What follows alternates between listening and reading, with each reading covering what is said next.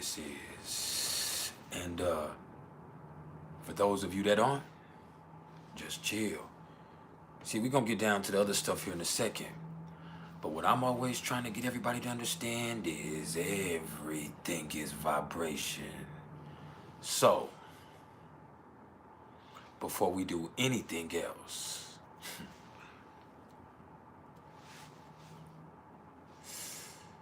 just vibe.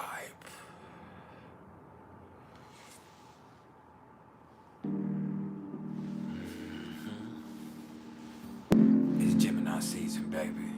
Are you coming through now? Are you gonna come later? Just let the vibe seep in. Man, I'm just saying, man. I really ain't tripping. You do what you want. It's a bad you see. Yeah. Yeah. What's up, Watkins Cat House? Shawty, put your hands on me. I know you got a plan for me. Don't act like you ain't came for me. And everything you got, I need. Girl, I'ma make you comfortable. Yeah. Enough to give your body to me. Girl, I'ma make you comfortable. Enough to spend the night with me. And when I wake up in the morning, I want pork chops and eggs, baby. Wake up in the morning, I want pork chops and eggs, baby. We ain't got no time for no love songs and conversation. Why you playing, baby? Cause I know you Came here for something. Yeah. don't act like you don't want it. Brittany Gibson, how you doing? Girl, you know why you came through. Let me show you how much I fuck with you. Got your legs wide open now, got your legs wide open now. Kissing your body and I'm slowing down, now I never slow it down. You say I like the way you handle me, and the way I make the panties leak. Just let that vibe seep in. Used to have fantasies, but tonight you right here with me. Say, baby, you can take your time. You got all night, girl, to the Beats side. by bliss, blown out music. Let's zone If you out. wanna take this ride, then I'm move blessed. them panties to the side. I wanna meet your inner freak. I wanna meet that side that you don't ever show. Huh. I'm sipping on this Hennessy, This is a Scorpio moon vibe. trying to see how long it take to lose some clothes. Cause I know you came here for something, babe. Came here for something, babe. Tonight I'm trying to fuck you, I ain't came here for nothing, babe. This song for them girls that come real late and say I ain't fucking, babe. Cause you fucking crazy. Oh yes, I know you came here for something. Make sure y'all hit the like button as you come in the door. Act like you don't want it. Girl, you know why you came through. Let me show you how much I fuck with you. Got your legs wide open now, got your legs wide open now. Kissing your body and I'm going. Oh, let me close my shirt. Excuse me. You say I like the way you handle me and the way I make the panties leak. You say you used to have fantasies, but tonight you right here with me. We just gonna be fucking, babe. Say please don't catch no feelings, babe. Don't catch no feelings. Say we just gonna be fucking, babe. Don't tell me how you feeling, babe. Or how you living, babe. We just gonna be fucking. Don't need no kissing, hugging. Say we just gonna be fucking, babe. We just gonna be fucking, babe. Oh yeah. I don't wanna take my time. I don't wanna whine and dine, yeah. I don't wanna whine and dine, yeah. I don't wanna take my time. I don't wanna whine and dine, yeah. Dine, yeah. I don't wanna whine and dine, yeah. I don't wanna take my time. I don't wanna whine and dine. I don't wanna tell you all the things that I feel inside. I don't wanna take you out, yeah. I don't wanna tell you about the things I did last night. That was my pleasure to give to you. I don't want you to feel like you're just another. I may be drunk, but I'm protected. And whenever I'm drunk, my stroke perfected. Perfect. But don't want you to fall in love. Don't want you to call call me up. Don't want you to text me or call me on holidays. I can't be involved with you. Don't need you to check on me. Don't need that stress on me. Can't give you the best of me. No, you won't think less of me. Don't need you to know my real name. Don't need you to know my real name. That girl don't be taking no pictures and posting, man. Don't need that exposure, man. We just gon' be fucking. Yeah, we just gon' be fucking. Don't need no kissing, hugging. Just vibe. We just gon' be fucking. I ain't gon' fuck you like I love you now, babe. Now, babe. I ain't gon' fuck you like I miss you now, babe. Now, babe. And when we fuck, I ain't gon' kiss you now, babe. Now, babe. And when I see you, we gon' fuck, that's all, babe. That's all, babe. Hey, I'm so young. Hey, you so young. Let's have some fun. Welcome to the motherfucking Scorpio moon Can't be vibe. that one. Can't be that one. I don't want this serious shit. You don't want this serious shit. I don't wanna, you don't wanna, we don't wanna deal with that shit. So let's keep it real quick. I don't wanna take you and show you off at the club. We meet up after the club. I don't care, you can pick all of these athletes up and all of these rappers up. You ain't gotta tell me nothing. You ain't gotta tell me nothing. But girl, don't you ask about none of the girls I'm with. Cause I may go tell you one. I don't wanna come off wrong. I don't wanna come off strong. I don't wanna take you home. Cause you try to stay too long. And yeah, I might be strong, but I'm protected, baby. Yeah, we never. Just let that vibe seep in. If we just gon' be fucking. Yeah, we just gon' be fucking. Don't need no kissing, hugging. Cause we just gon' be fucking. I ain't gon' fuck you like I love you now, babe. I ain't gon' fuck you like I miss you now, babe. And when we fuck, I ain't gon' kiss you now, babe. And when I see you, we gon' fuck, that's all, babe. Hey, I'm so young. Yeah. Hey, you so young. Let's have some fun. Can't be that one. Yeah, this is the Scorpio moon vibe. I'm in the studio and I ain't tripping, babe. I'm in the studio and I ain't tripping, babe. Young nigga in the studio and I ain't tripping, babe. Take you to Texas. I'm in the studio and I ain't tripping, babe. These girls don't understand me, and these niggas, they can't stand me. I've been holding H jumped down for so long. You ain't gotta tell me I'm the man here. My hoes don't wear no drawers, man. I ain't never kept no panties. And when it come to hoes in Houston, I didn't fuck the daddies. But I'm in the studio, so they ain't tripping, babe. Tripping, babe. I'm in the studio, so they ain't tripping, babe. Tripping, babe. I say I'm in the studio, she ain't tripping, babe. Young nigga in the studio, she ain't tripping, babe. This old bitch wanna fuck me, and she tell me that I'm lucky. She say she ain't gave that pussy to nobody but her husband. I got in her, then she feel me. She say this shit feel like heaven. And the crazy part about this shit, her husband is the Reverend. But I'm in the studio.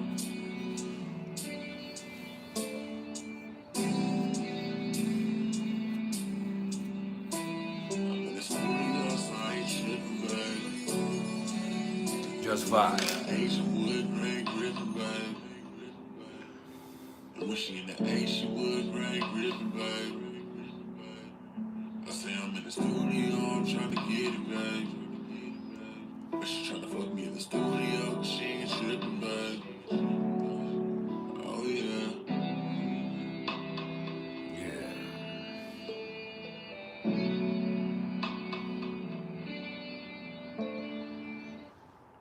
And if you haven't smiled yet today,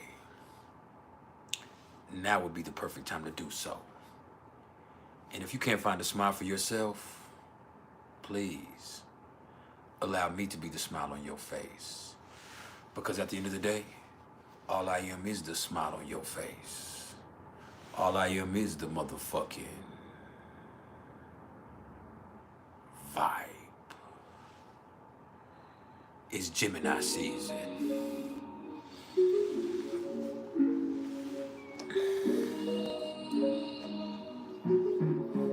Yeah, something out of a fairy tale. The fairest ever more, but you scary still. What I've never seen before is this composure you possess. Boys getting coins, but you know that you the shit. Though you always on the fence with me. Gemini women to switch up the vibe with you. Don't try holding her hand, she probably high five with nigga. Try Welcome to this Gemini season vibrational therapy. Ironic, you like attention behind your feelings. I'm a Virgo with trust, bitches and I. Think that Mercury's fucking with you and I. Think that purposely flirting with you isn't working. I'm searching to find your person, you just hurting my pride. My Gemini. Now is you mine or a mirage? A Gemini's the only sign with double sides. So if she give it to me now, it would be a menage. One queen, two sides, one me. One side, yeah, whole time. You a whole vibe, we gon' both shine. My Gemini. Yeah, one queen, two sides, one me. One side, yeah, whole time. You a whole vibe, we gon' both shine. My Gemini. Hide all your fears and smile at all of your friends. Suppress whatever troubles you cause you bothered with theirs. I guess some other time I can try and make it legit. But I am chasing a twin that would rather chase a career. If it's love, I respect you as just. Can't accept what you say when you don't say what you does. And I ain't saying or do I care who was there when I'm not. I'm just saying I truly care how you carry your heart. Shine, baby, you up. Spontaneous, smart. Easily get bored. Frequent changes the bomb. My emotional no, man. Of course you be going bad. So why would I toe to toe if I know it's a toe tag? Just know that. Horoscopes is horror scenes to me. Believe what you seeing is bound to be in your dreams. Yeah, happy birthday to your baby. She don't empathize for the weak. If she and I, one of two, I must humble the one of three. One queen, two sides, one me. Who side, yeah, whole time. She a whole vibe. We gon' both shine. Gemini. Yeah, one queen, two sides, one me. Who side, yeah, whole time. You a whole vibe, we gon' both shine. My Gemini. One queen, two sides. We're going to take just a few minutes and let a few more people trickle in, and then we're going to get down to the nitty-gritty. Now, when it comes to the nitty-gritty, that means I'm going to touch on the transits and elaborate on the aspects that might be affecting you.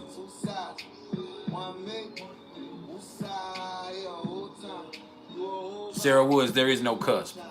She's a Gemini. We're already 1 degree of Gemini. We're not even at 0, so we're actually well into the energy. You're either 29 degrees one sign or 0 degrees the next sign. There are house cusps, but not necessarily sign cusps. But that's why deacons are important. That's also why nakshatras in the Vedic realm are important. You're either 29 degree Taurus or you're 0 degree Gemini. And we're not even on 0 degrees. We're on 1 degrees today already. So we're actually well into the energy. But there are house cusps. You can make the cusp of a house 1 to, or 0 to, let's say 2 or 3 degrees in certain instances. So let's just keep that in mind. You got you a Gemini on your hands. Now let's vibe for one more of these, and then we're going to get down to the nitty gritty. Me and your lady coasting, loving quick emotions, house or not.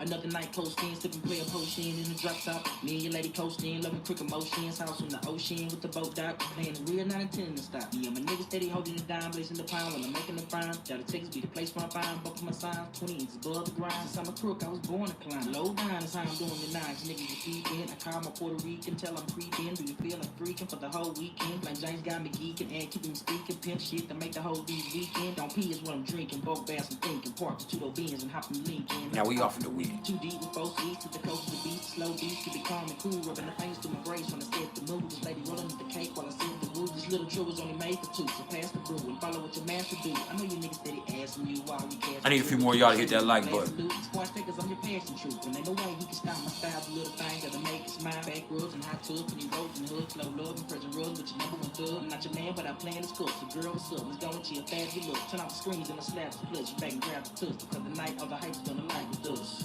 If I'm riding with my trunk open, If I'm too deep, we choking. If I'm always so quick bumping, but then you know that night coasting. Everybody wanna hate my style. well, everybody wanna hate me now. I'm going out to my little beach house with another nigga naked spouse. If I'm riding with my trunk open, if I'm too deep, we choking. If I'm Welcome to the vibe. bumping, but then you know that night coasting. Everybody wanna hate my style. Well, everybody wanna hate me now. I'm going out to my little beach house with another nigga naked spouse. See, I'm a type of nigga loving this. I'm on some old crook, lovely shit. I be the quickest one to roll it with the bud when I'm rolling the twist. Better prepare for the bomb and shit because the constant hits. This on the crook brain, crossing with a crook chain. Dark tone with a smile. Pick you up at 7, it's about 5:30, so I guess I leave a crook nigga just a little while so I can get clean and shit. With the stars down jeans and shit. Hold a gear with the braid. You know, around here, the vibe is the most important part. The knowledge comes naturally. We already tapped into those Akashic records. Try to come around with a cheap look. Toss her back out like a fish hook. I need a lady crew. Wanna pick a player up when he foul. Put down a hustle with no regards to the now. When she know a few ballers, I got a problem on the mile. Bow to the mile. Now it's time for some boasting shit. Tell your friends how bossy this. Don't be worrying about the cost of shit. Cause any lady that was seen with Rippler was a flossy mix. Deep game, how talk the trick. Right up on the dick. Slurp, slurp, got me wiggling toes. Got me feeling like a finna explode. While she bounce, she bows up, push her head back and taking a mo. How you feel with it all in your nose? I mean, all in your clothes. And I be damned if you kiss me, girl. I ain't a player that'll lick the pearl. I'm just a good type player, late coasting in this single world. If I'm riding with my trunk open, If I'm too deep, we choking. If I'm always so quick bumping, but then you know that night coasting. well, everybody wanna hate my style.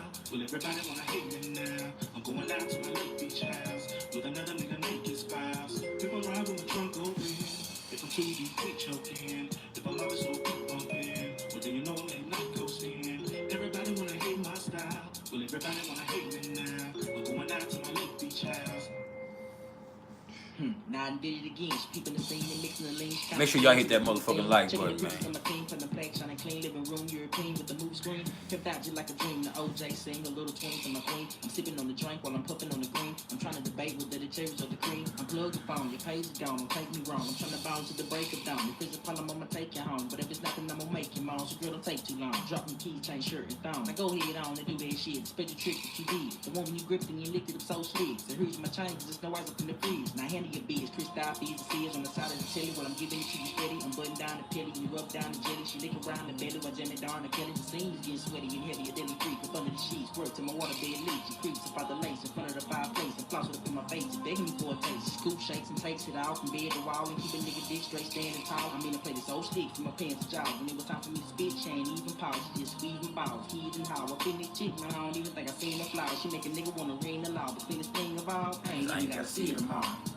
If I'm riding with my trunk open, if I'm too deep, we choking. If I'm always so quick bumping, but then you know that night coasting. Everybody wanna hate my style. Well, everybody wanna hate me now. I'm going out to my little beach house With another nigga naked spouse. if I'm riding with my trunk open. If Yeah. I'm too deep, we choking. If I'm always so quick bumping, but then you know that night coasting. Everybody wanna hate my style.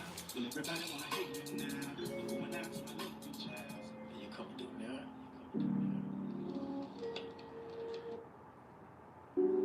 Now, let's talk about what's going on cosmically. Because there is a lot. There's quite a bit to touch on. See, first of all, we have the sun sitting at 1 degree of Gemini. So yeah, it is now officially Gemini season. And this is where that sense of communication kicks in. You know, this is where learning is key. And in Gemini season, the subject list is unlimited. Yeah, I read that somewhere today. And the world is filled with wonder. And we all want to know more about everything. This is also where curiosity kicks in. And you got to be careful with the sun in Gemini and the moon in Scorpio. Curiosity can kill the cat. Here, kitty, kitty. That's the truth of the matter right there, man. This is also where versatility really gonna kick in. And I want you to know that Gemini in its own way is also one of the most sexual signs that there are. See, that's the truth. So it's even more than sexual, it's flirtatious. Yeah. Gemini is flirtatious, vivacious, stimulating, scintillating. The one thing it's not gonna be is boring. Now you do have to be careful. In Gemini season, you can get overstimulated. You can get yourself into too many things at once and end up spread too thin. When you have too many irons in the fire, you could end up running out of fire. You hear me? What's up, Domingo? But yeah, that's where we at. Shout out to South Africa.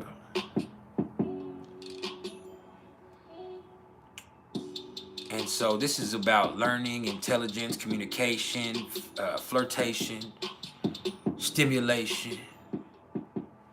Yeah. Just don't get too scattered. Don't get spread too thin. Don't get overstimulated, because that can also be an issue. Now, as far as the aspects, there's a lot going on with the sun. Because just to put it into context, the sun is conjunct to Venus and Jupiter in Taurus still, sextile to Neptune in Pisces, but trine, applying that trine with Pluto.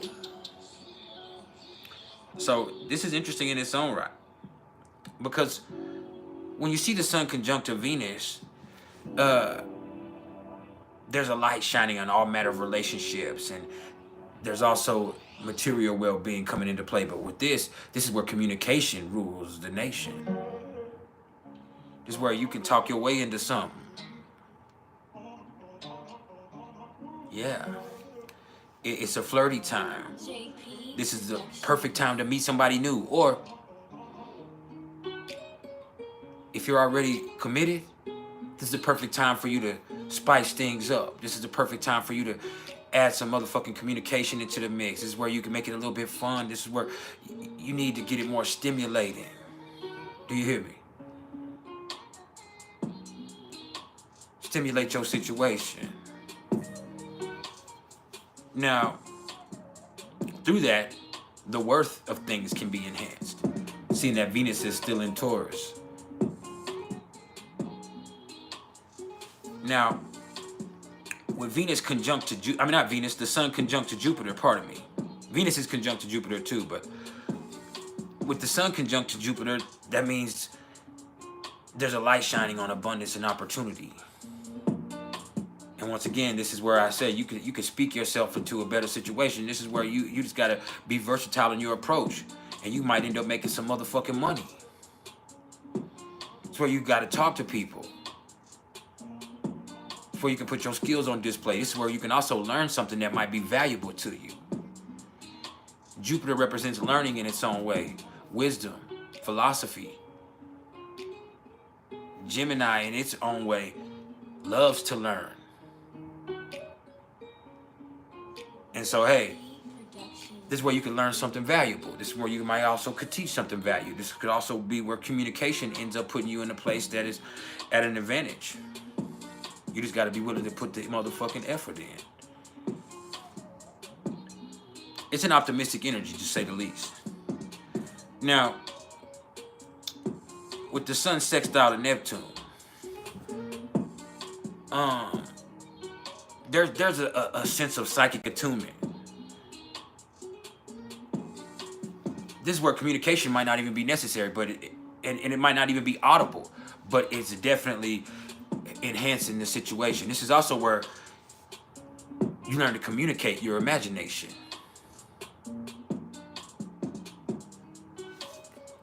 Do you hear me? Communicate your imagination. You know, don't get caught up in over idealism or deceptions either, though, because that's out here too. You got to be careful with this. It's all a possibility. And this is also where overstimulation can cause confusion. This is Gemini in that sextile with Pisces energy. This is 1 degrees of Gemini and 29 degrees of Pisces. And this is the Sun in Neptune. So, hey, it'd be great if you could communicate your imagination, but you could also be fucked up if you get overstimulated, because that can create confusion for you. You hear me? And we don't want that. Yeah, we don't want that.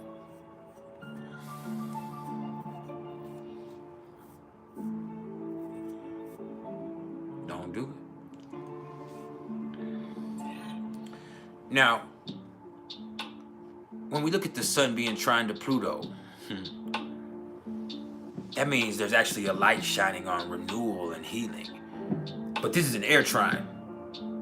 So this is where communication helps do something that makes things better for us. This is where, hey, all you gotta do is talk and learn and pay attention and be versatile in your approach, and you can make some major changes. But communication is what rules the nation, you know.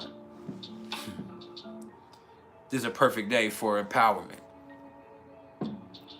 You know, you just have to choose wisely in handling this energy. And you have to be empirical. See, Gemini is versatile. Aquarius is just different. Pluto adds intensity. The Sun brings it to life. So this is what we're doing with this. This is where we're talking to people, and we're trying to figure out what we can do to help, what we can do to make things better. It's very interesting. Yeah. It's time to learn something. And that can change everything. Some new information coming in could change your whole situation.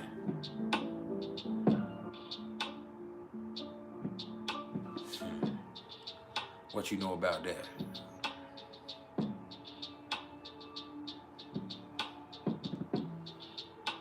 What's up, Q? Now let's talk about the moon. Because the moon now sits at 10 degrees of Scorpio. So with the moon in Scorpio, there's an intense and almost psychic emotional nature that comes to the surface.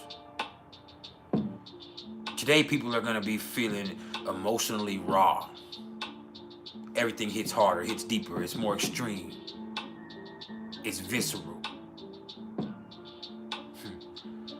Everybody's receptive nature becomes darker and a little bit more withdrawn too. You might see people being secretive or sneaky with the Sun in Gemini and the moon in Scorpio. Yeah, you gotta be careful. This is sneaky energy. Motherfuckers might be sneaking and freaking, sneaking and geeking, sneaking and speaking when they shouldn't have been doing it. What you know about that?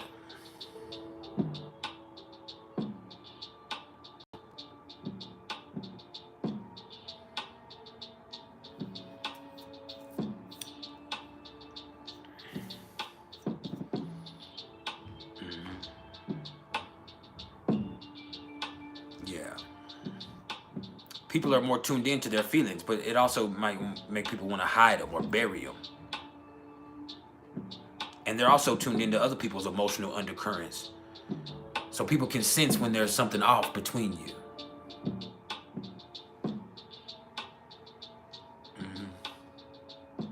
But there's also things where stuff is, especially with the moon, with the Sun in Gemini and the moon in Scorpio, this is where stuff can come out that people have been trying to hide. This is where secrets can get exposed. Yeah. Things and words, conversations, even emotions that have been hidden could end up erupting right in front of your face right now. Yeah, it's interesting. And the moon is opposite to Mercury for the next 3 or 4 hours too. So people are going to be really tuned into what's not being said. See, Mercury's in Taurus, so there's a lot that's not being said. People are measuring their words. But with the moon in Scorpio, people can also sense that. And they can really feel like, man, what's not being said? Yeah.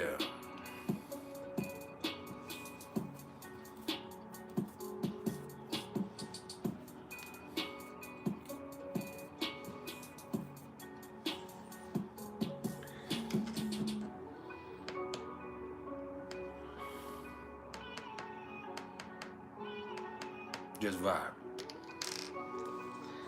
Now, that brings us to Mercury. And Mercury sits at 8 degrees of Taurus.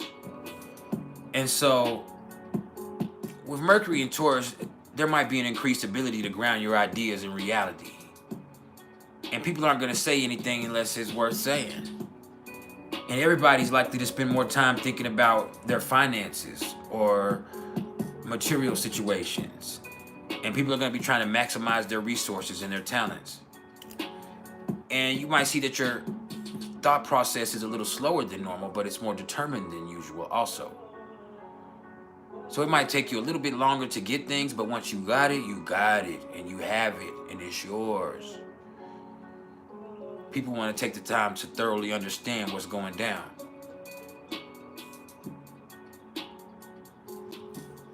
Now, with Venus is also in Taurus. And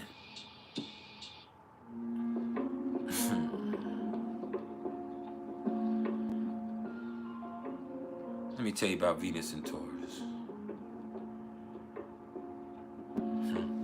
Venus is at home in Taurus. So this is very sensual energy. You know, sensual pleasures all the way around become more important. And people are going to notice that they have a greater appetite for all forms of physical gratification. Yeah. They want to taste it. The last thing they want to do is waste it. And as I've spoken on several times throughout this last month, there could also be some jealousy and some possessiveness, maybe even some greed. Oh, yeah. They want to indulge.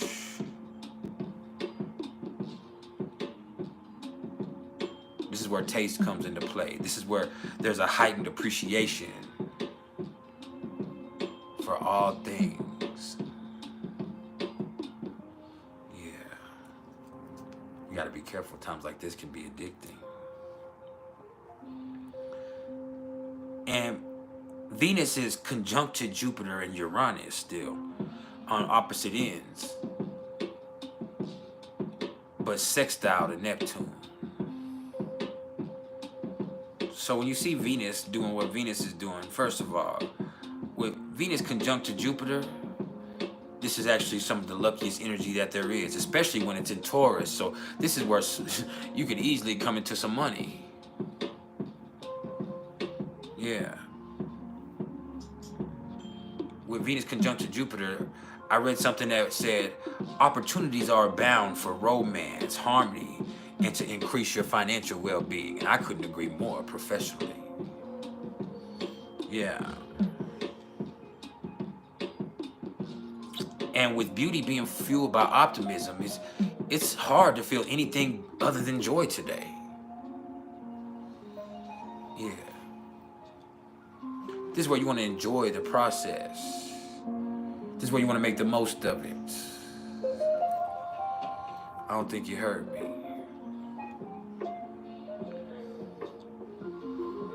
I don't think you're ready.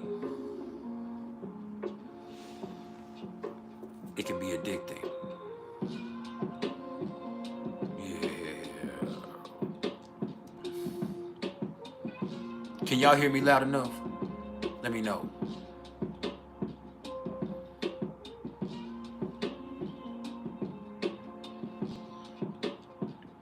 Now, with Venus also conjunct to Uranus, Let me keep it real with you and let you know there's a jolt of excitement affecting people's love nature and people's social expression. And so it's definitely possible you could experience a sudden magnetic attraction to something that you weren't feeling before. Or it's also possible that you can see something and all of a sudden realize it's worth in your life. You could be like, damn.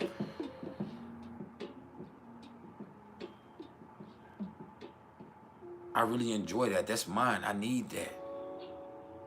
I'm keeping it. I don't want nobody else to taste it, to have it.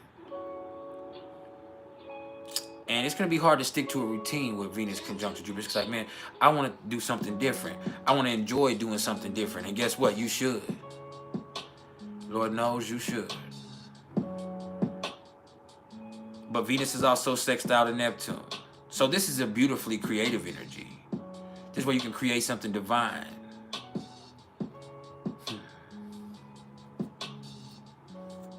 And with the sun in Gemini, I think about the plethora of things that are in your mind. But when you see Venus sextile to Neptune, everybody feels the potential for romance. And that doesn't mean interpersonal romance. It's also romance with life, romance with self, romance with situations. But you do have to be careful of over-romanticization. You hear me? You can't over-romanticize things. That can cause issue in its own right. Don't over-idealize. Because you could be looking at something and it can look real good to you, but that doesn't mean it's good for you. We have to remember that with Venus sextile to Neptune. Is everything that seems good to you, might even feel good to you, doesn't mean it's good for you.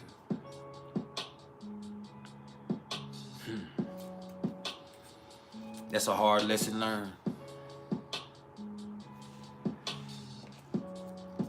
But it's certainly valuable.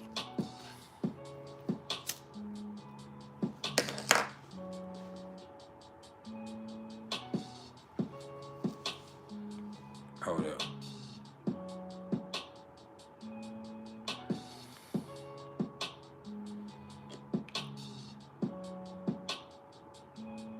Let me check this out real fast.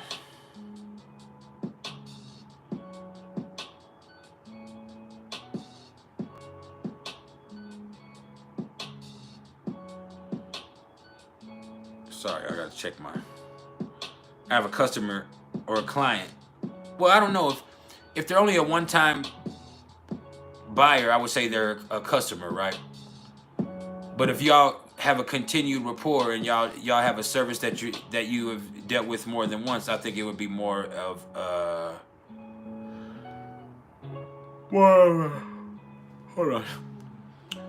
more of a client scenario, right?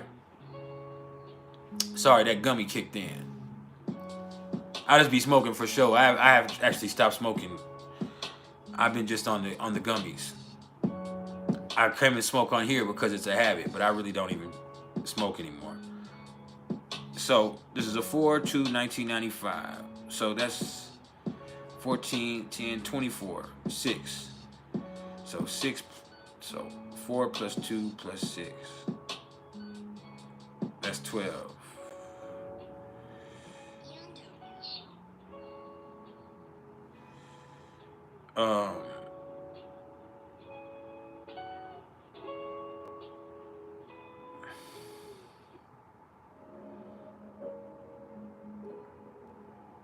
My bad, y'all.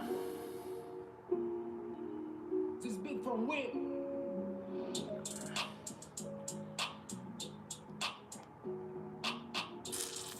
Yeah.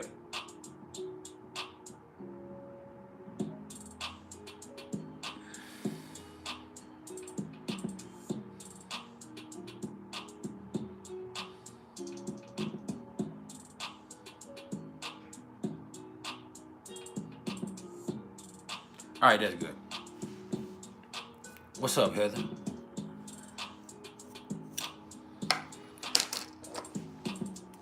Hope you're well.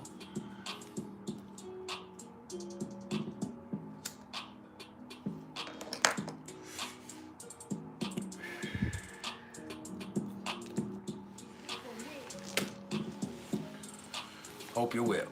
Now, that brings us to Mars. Well, I also just noticed that Venus is trine to the black moon Lilith. And so with Venus trine to the black moon Lilith, here's the thing.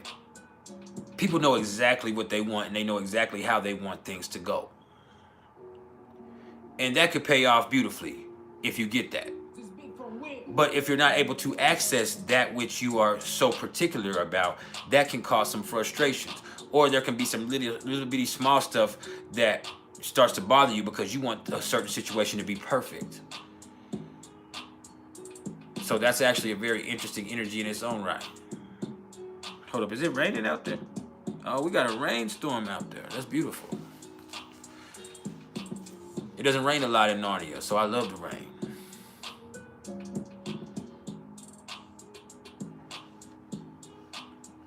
What's up, Muddy?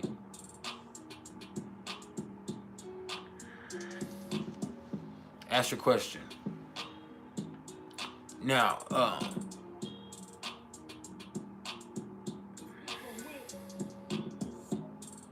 David M., I wish I could, fam. I wish I could, but I can't do it.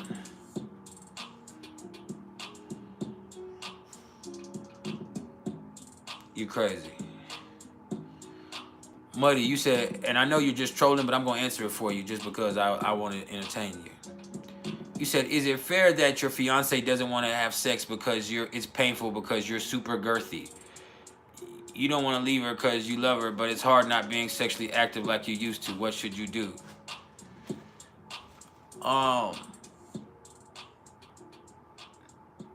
You got to ask yourself, is it the way you're doing it?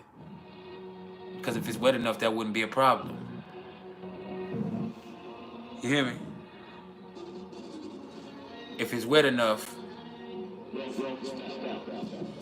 that's probably not going to be an issue. So you need to get it wetter. You also need to be patient with that lady. You got to take your time and do it right.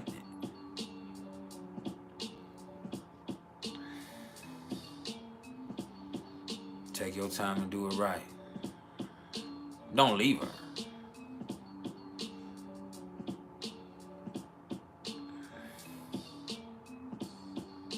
Ain't that right, David M.?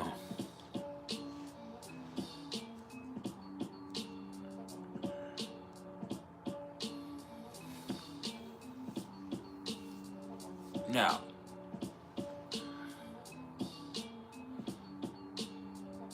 let's talk about Mars. And Mars is still at home in Aries. Mars is sitting at 16 degrees of Aries. And so, as I've always told y'all, when Mars hits to Aries, things are more impulsive. Life speeds up. And people are impatient. And that energy is very, very assertive, both actively and reactively. And there's not going to be a lot of restraint. This energy can be savage. Plain and simple, this energy can be savage. It can be active, aggressive, assertive, however you want to take it. It can go there.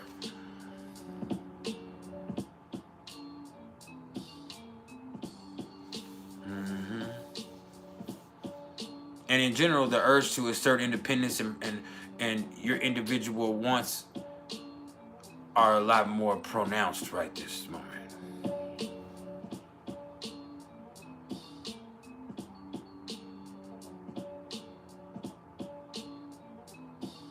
Yeah. I can dig it though.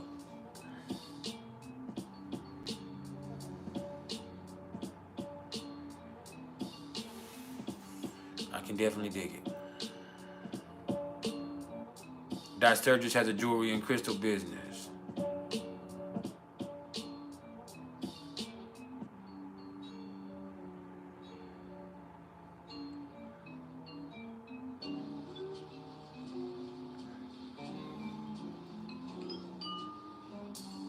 You gotta do your thing, bro.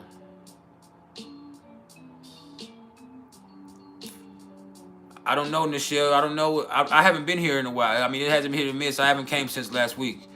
I've been slowing it down so I can let my throat rest and the things that I need to do to keep my health right. Until I mean, even then, like, that's stretching it because I'm gonna, if at the very least, I'm gonna have to get my tonsils out, and that's gonna keep me out of work in this way. The business that I do for 3 weeks to a month. And then, even beyond that, if I have any type of fucked up shit going on, any type of malignancies in my throat or something, I don't know how I'm gonna be able to record again. And so I'm trying to hold on as long as I can, as long as I'm good. And if it's not, you know, something horrible in that way, then I'll be out for a month once I do get that taken care of. But that's the very best case scenario. So I'm having to reassess everything at the moment.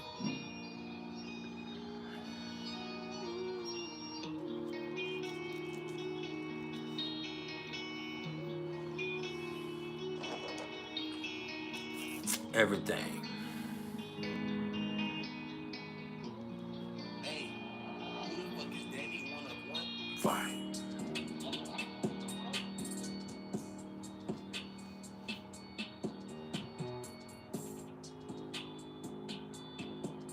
I hope so.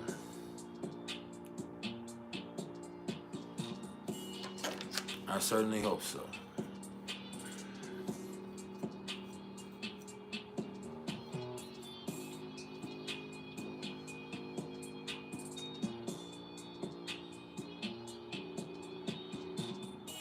Now,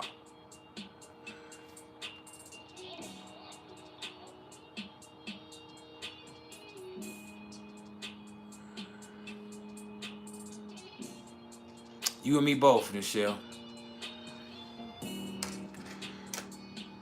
But that's a definite possibility. I'm not trying to get into the negative speak, but that's a definite possibility, though. Either way, it's going to require surgery and a biopsy. That's just honesty. That's a reality.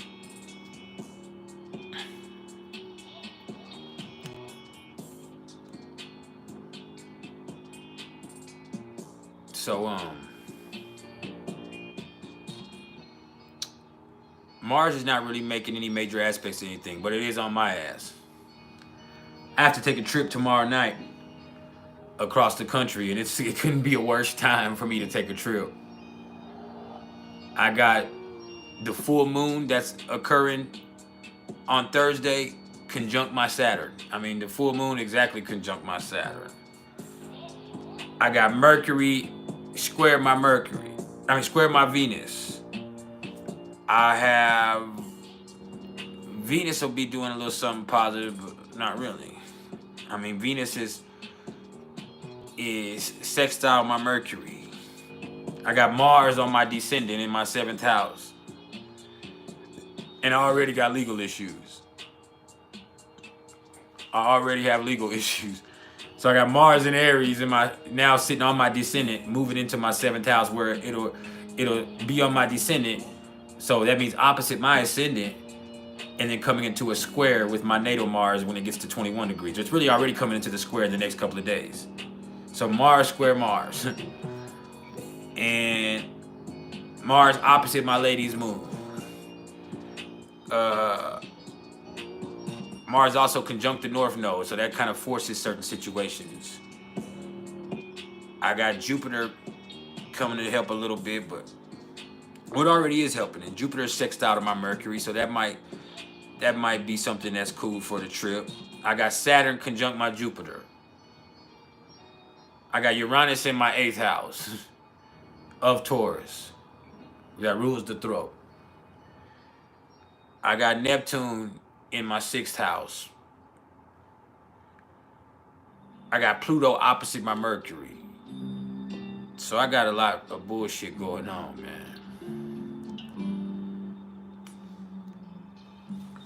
It's not the ideal time to be traveling, but I have to go.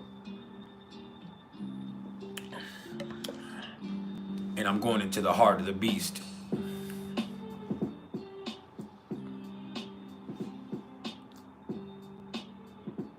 It'll be alright though. Wherever it is I mean, it is what it is.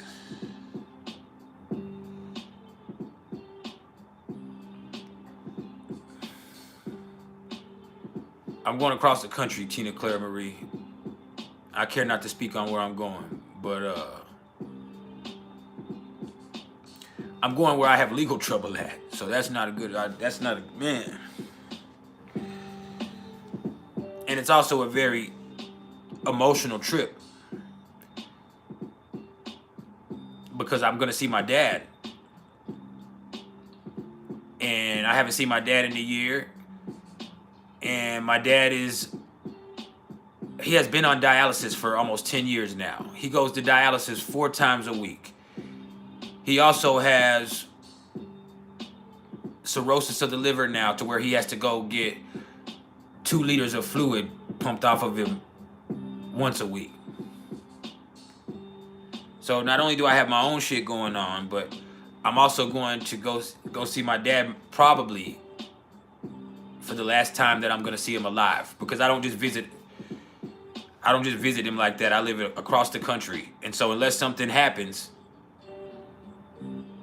I wouldn't go. There's no reason for me to go back there. And so it's just one of those situations like, damn, this is a very intense trip. Besides all of the transits and shit, it's just a very intense trip for me. And the transits add to the energetic effect, but yeah, it's just...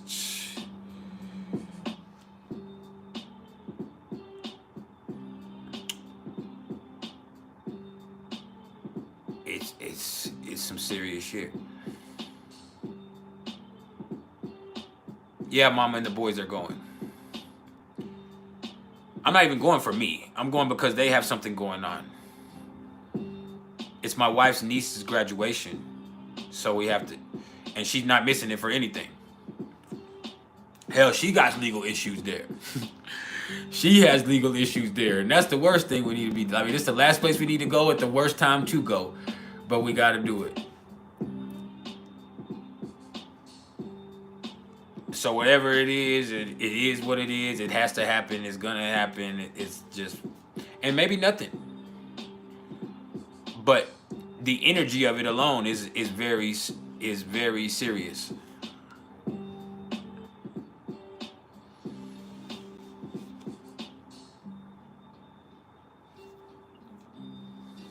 Like, we got to do it. And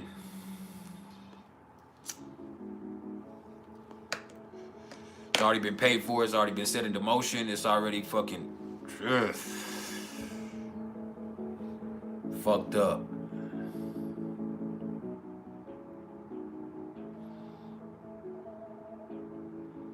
Yeah, I be in my head too much. I let the transits...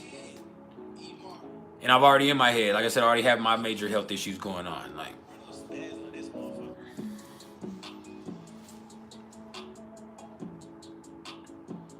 I got a fucking hernia. I got fucking throat issues. I got legal issues.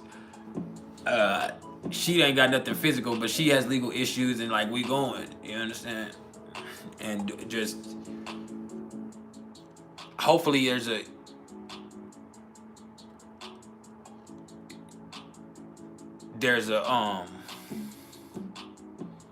angel watching over us.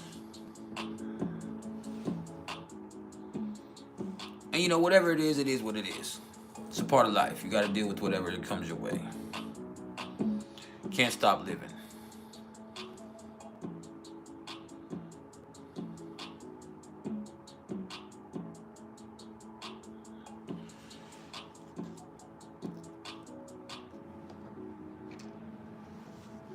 It's all part of the process. Now, ooh, I like that vibe right there.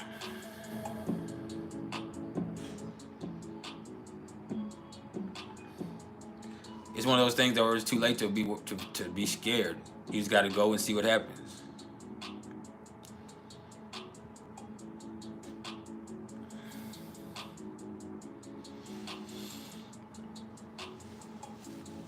then when I come back, I got all these health issues I gotta face. No more stalling. So just kind of like, this is what it is now. This is where we are. And even that's a blessing. Because we made it this far.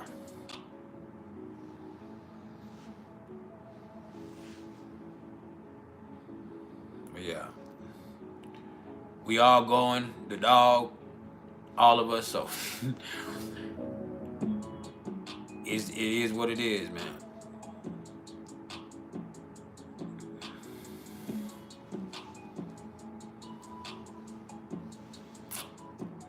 Now, back to the transits. Jupiter is now sitting at 29 degrees of Taurus. So for the next like 3 days, 4 days, Jupiter will sit here at 29 degrees of Taurus, and then Jupiter will touch Gemini for the first time in 12, 13 years. So at the moment, Jupiter is sextile to Neptune, but trine to Pluto. And so with Jupiter sextile to Neptune, and this being Taurus and Pisces, and this 29 degree, and it being anoretic, that means there's an extraordinary dose of creative energy available to pursue any fucking artistic work or anything that requires an enhanced imagination. For real. This is where you create something divine.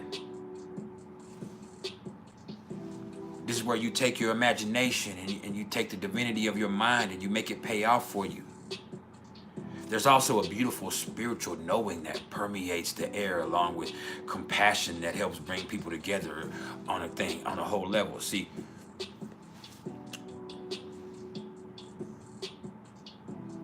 I was thinking about this bullshit with Diddy, right?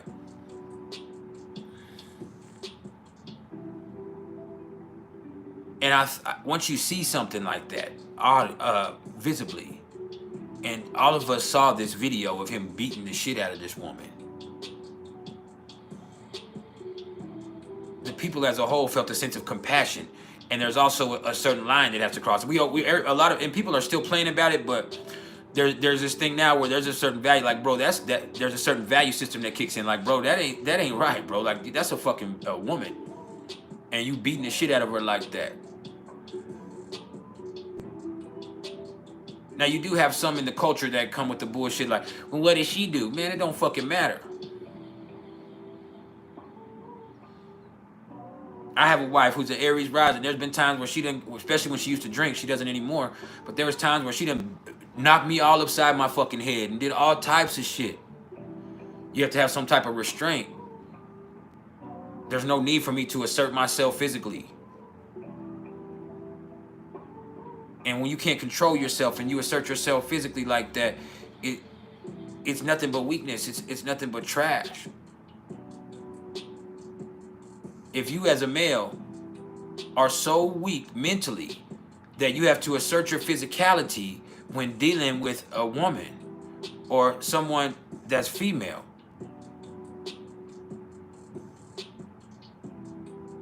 that's very telling of your character. It's not just pussy, because it's not. Some people are like, well, that's a coward for a man. It's not only just a coward; it's weakness. There has to be a certain value system that kicks in to say, I'm not going to take it that far.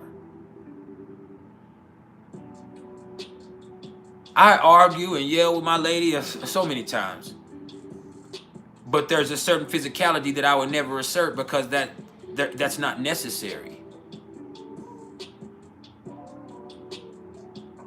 Even when she's jumping on me, I can get her off of me, but I don't have to assault her.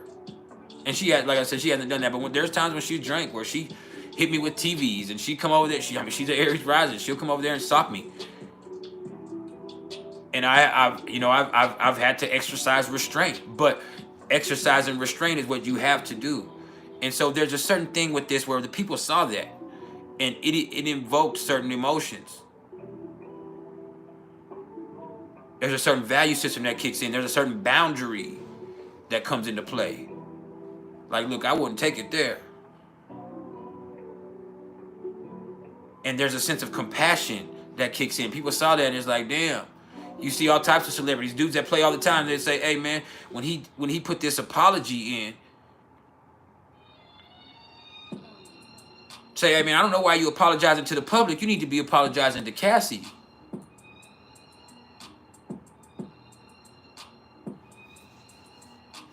Motherfuckers is a trip, man. Fuck the public. You need to be apologizing to that beautiful being.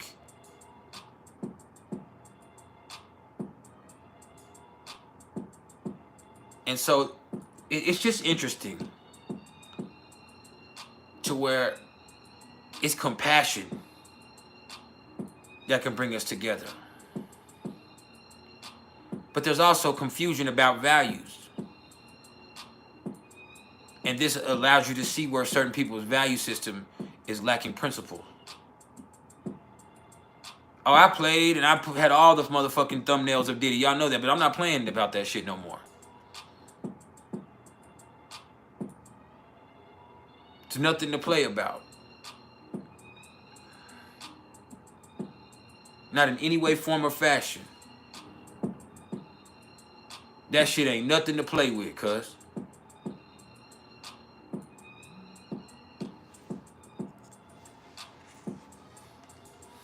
It's a trip.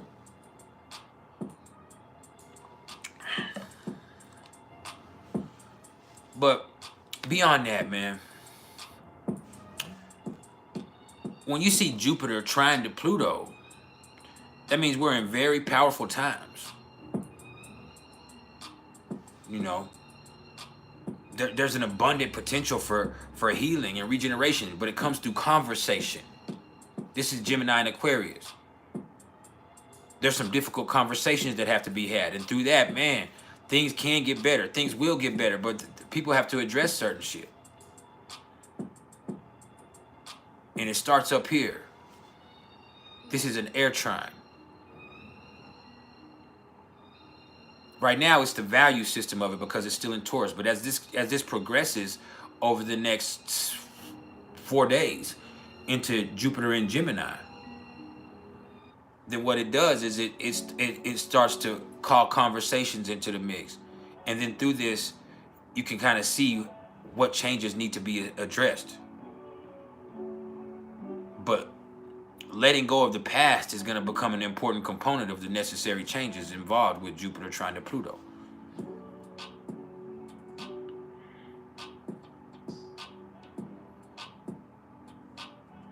Plain and simple.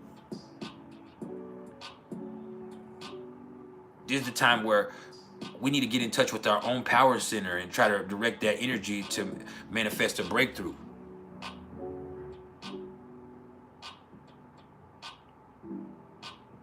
This is where you take everything you've learned and everything you're learning and you apply it. This is where we take what we can learn collectively and conversate and see what we can do to change things. You know? And with Jupiter in Taurus, still at that 29th degree trying to Pluto in Aquarius, this is the time where you can manifest your own good fortune on a grand scale.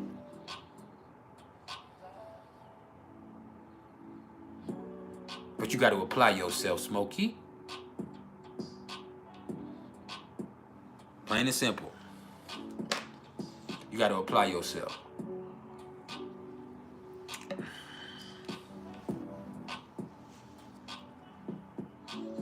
You hear me?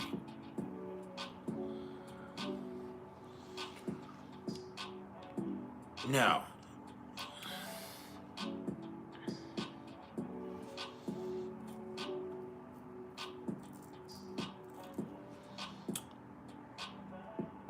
let's take a look at Saturn while we're here. And Saturn is at 18 degrees of Pisces. So there's still some shit that's unavoidable, inescapable. There's stuff that you can't ignore that you have to deal with. And it can feel like the universe is conspiring against you because this stuff is coming up. And there might even be a lot of things that are coming up at once. But the fact of the matter is, you've let this accumulate.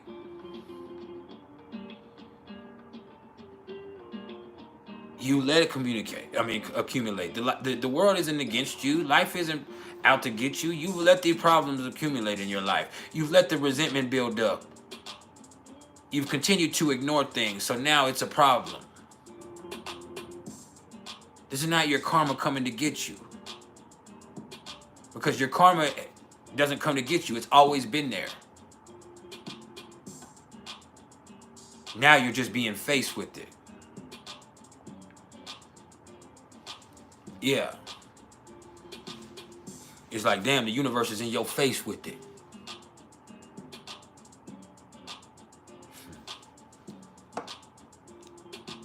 This is what happens when you get stuck in escapist tendencies, addictions, avoidance behaviors. Shit starts to accumulate. Reality sets in. That's the truth.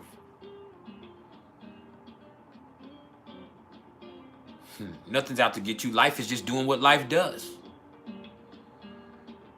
How you process it is everything.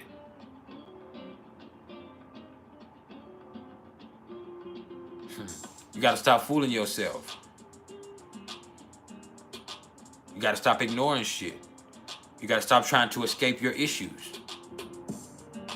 Because they eventually catch up.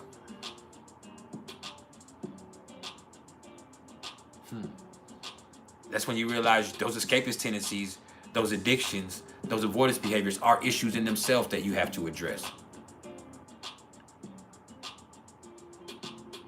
There's always been war. There's always been crazily powerful people. There's always been persecution. There's always been inflation since the advent of finance. When coins were made and people started using that as currency, there's been inflation that has steadily grown since then.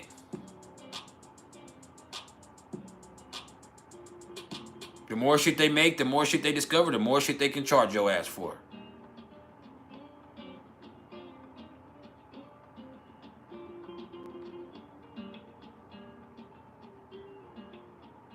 That's the truth. It's like this, man. Like, I was just not too long ago at a cave. But there's also some caverns that are like 5 miles away from this, and it's really a part of the same system. It has to be.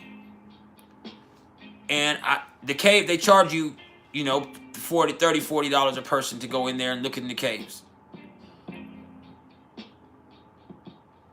They charge you $40, $50 to go through the caverns. They're right there.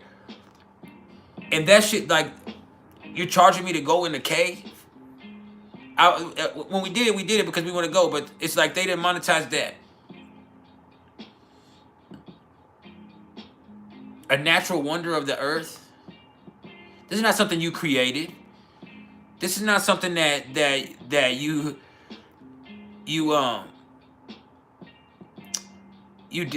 necessarily discovered. This is something that's always been here. Something that it could never belong to you. You can put your name on a deed, but that doesn't ever belong to you. It's the earth. All it takes is one rock slide or one earthquake, and that shit will be closed.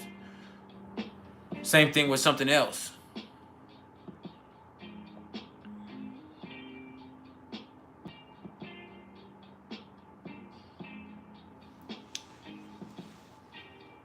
So, the fact of the matter is, there's this illusion of control.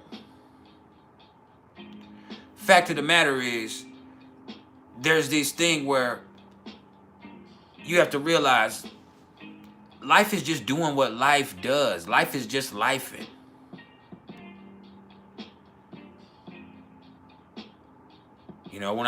When I have bad days about the little health issues I have going on, I start worrying and I start saying, man, why did this shit happen to me? What's going on? Like, why? It's because, bro, like, you don't go to the doctor like you should. You're scared of going to the doctor. Or, bro, it just happens. Bro, you did drugs for 15 or 20 years.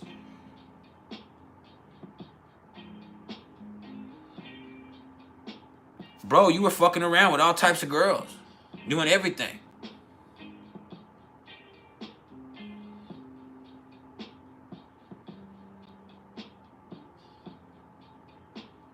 It's like, that's what happens. It's a part of life, bro. Sometimes people don't do anything. They're great people their whole life. Whether, no matter what their religion is. I almost said they're good Christian people, but they go to work and they come home and they don't hurt anybody's feelings, but they still get cheated on. They still get stole from. There's some people who do everything they can to take care of their health, and they still end up with cancer. They still end up with situations. There's some people who lose their virginity and catch herpes or AIDS.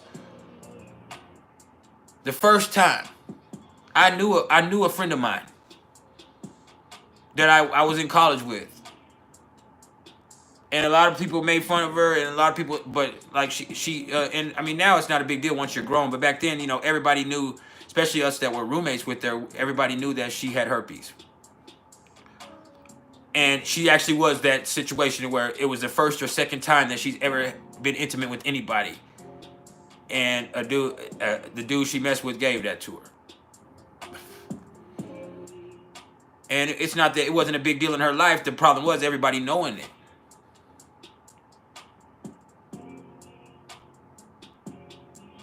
And so you look at those situations, something like that, that forever alters somebody. Or, you know, it's just, it is what it is. That's a part of life.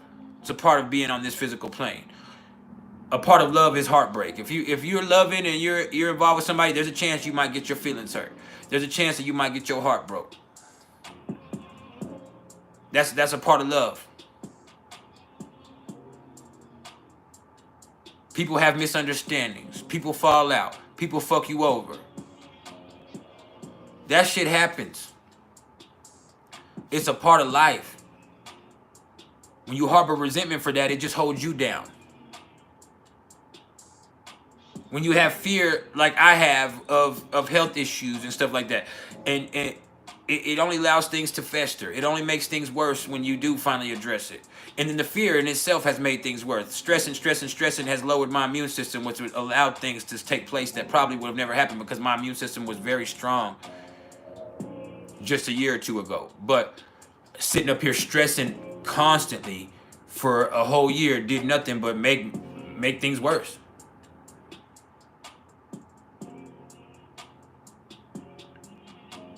Like, this is just where it feels like things have accumulated and the universe is getting people, but it's not.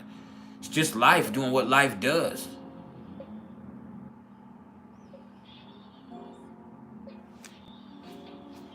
It is what it is. This is Saturn in Pisces. It's not about what's happening. It's about how you deal with things.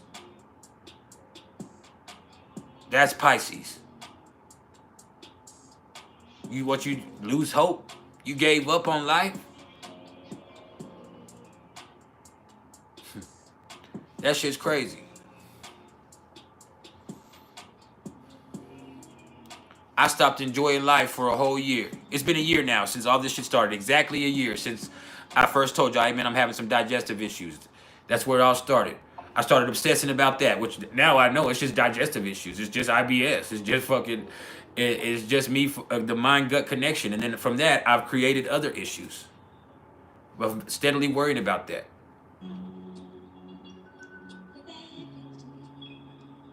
But you see that I've lost a whole year of my life living by worrying about dying. And I'm not dead. I have some health issues I have to address, but I'm not dead.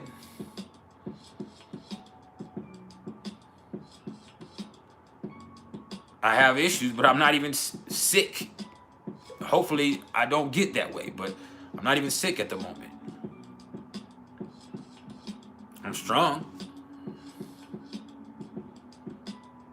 It's how I choose to address every day. I wake up and start worrying. So I'm responsible for that. Everything else is just a part of life, but I'm ultimately responsible for how I address things in my life.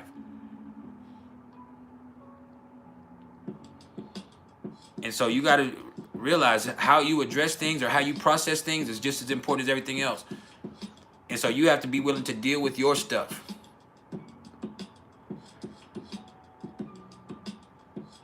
You got to deal with your stuff. Because nothing is conspiring against you. You're not a victim of circumstance. You're just a part of a process.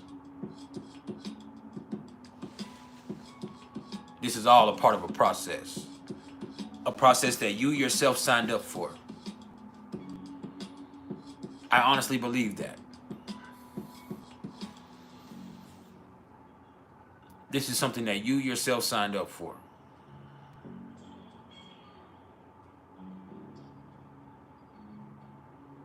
That's the truth. That's why now it's like with this trip I have coming up in the next couple of days. I have so much, like I can't waste my time worrying about that. It's a process that's set into motion, and it'll probably be fine. But it's already set into motion. I have to deal with it, whatever happens. And it might not be anything but some emotional distress. This is Pisces. That's also a possibility. All the stuff you worried about might not be nothing. But that emotional distress you're feeling is real. So how do you deal with that? See, that's the issue with this. Is all the external shit is just a part of life. Everything that you're worried about might not even be worth worrying about. But the emotional distress that you're causing yourself, causing yourself is real. So how do you deal with that? That's the question.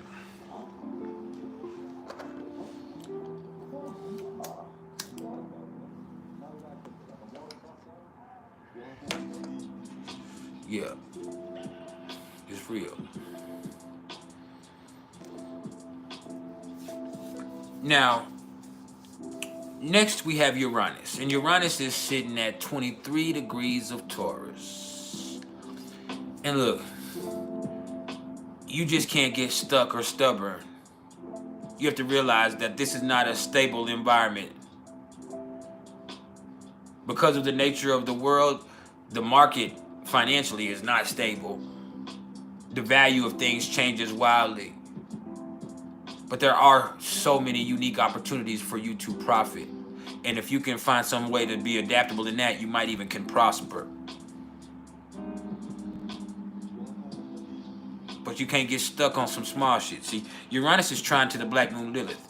So there's also here where you can't get stuck on some little bitty shit, because that can rob you.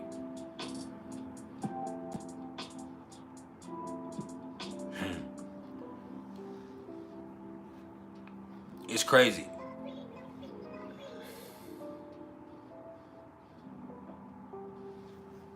And there's not very many more profitable businesses than the metaphysical arena right now. Astrology, numerology, all type of healing and divination, crystals, all of this shit is very, very profitable right now. It's a whole business arena in its own right.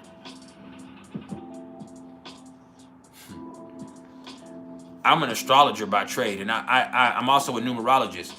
And business was slow when it came to astrology and it still is, for I guess the last month and a half or so. But then with numerology, my business has been booming. I'm talking about booming. One person got a numerology reading from me, and they spread the word like, hey bro, this, or not bro, they didn't say bro, but hey y'all, this was amazing. And then bam, I've been booked to the max with those. And it's crazy. Just like that. When numerology had just been something that I was offering on the side, you know, it's just a little, you want to get a little quick numerology reading, but now I've had to double my price for my numerology reading. I'm so booked, and people have, hey, this is too cheap. And it, for me, it's not, but I've doubled my price. Like, hold on, okay. And people are still paying. And so you have to be adaptable in your hustle. But you can just see the nature of business has changed. We're also in an election year here in the United States. And so that's a whole different dynamic in its own right.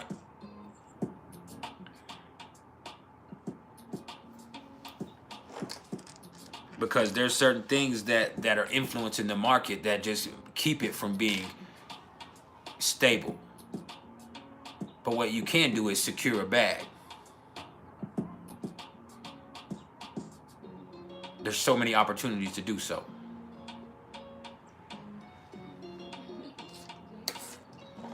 You just got to do your thing. Now, Neptune is at 29 degrees of Pisces. So with this is going to represent the culture. I've told y'all this 1,000 times.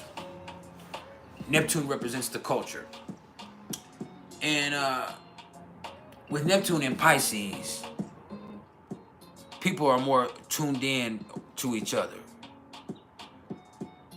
I said we're more connected, but y'all have been saying, I don't feel like we're more. I've had people in the comments saying, well, I don't feel like we're more connected, but we are. Because of technology, people around the world globally are more connected than ever, but there's also more confusion than ever.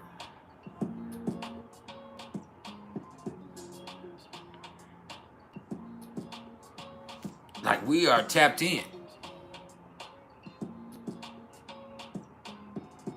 But because of that, like, a lot of this is the blind leading the blind.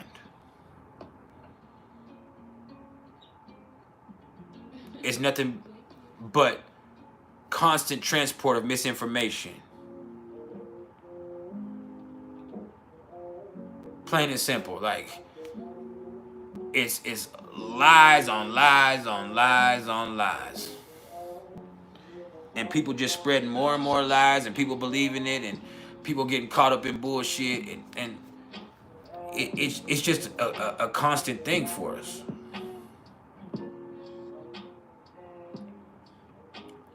You have this thing where what's right doesn't really matter. What's trending matters.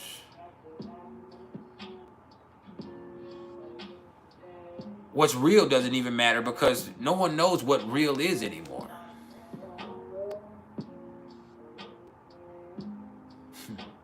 I got into it with some people in my group the other day about the moon landing. I posted a little meme or a picture of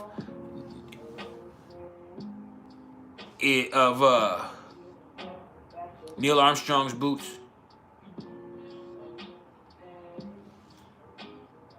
And that's because in the picture, and some of y'all might have seen this, in the picture, Neil Armstrong's boots are smooth. The bottom of his boots, or the soles of his boots, are smooth. But the footprints that were left on the moon were ridged. And so I just posted and said, what do y'all think about the moon landing? Now, me personally, I don't have an opinion on the matter. I really don't. I do not know if it was real or not. Everybody is entitled to their opinion. But for me, there's no way for me to know one way or the other. I don't accept that it's real, but I'm not saying it can't be real. Do you get what I'm saying? Like, I don't know if it's real or not. And there's no way for me to ever know for real. But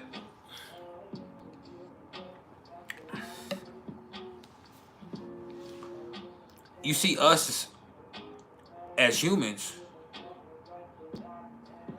start to look at it from the perspective of it's one way or the other. It's one way or the other.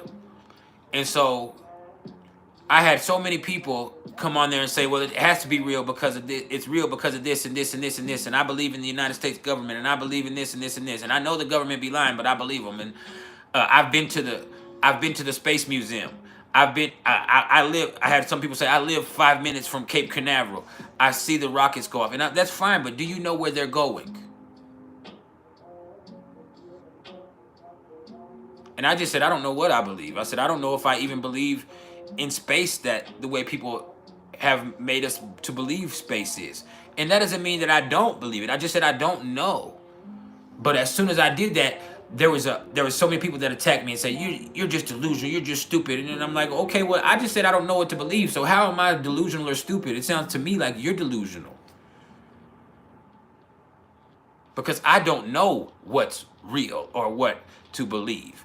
But you're telling me what I should believe and what because of what you believe.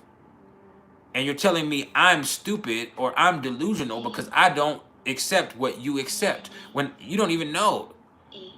Because I didn't say I believe one way or the other. They said, no, you're a flat earther, you're this. And I said, I didn't say, what does this have to do with flat earth? What does this have to do with the conversation? Because the fact of the matter is you don't know what's real. And I said, you know, I have those documents, the declassified documents about the gateway process that says reality in its nature isn't even real. And they said, well, that's what your problem is you read those fucking papers and you don't think anything's real anymore. And I just said, man, look, I just said, I don't know. Because I don't even know why they would, if those papers were real, why would they release them? Why would they declassify them? I said, I don't fucking know.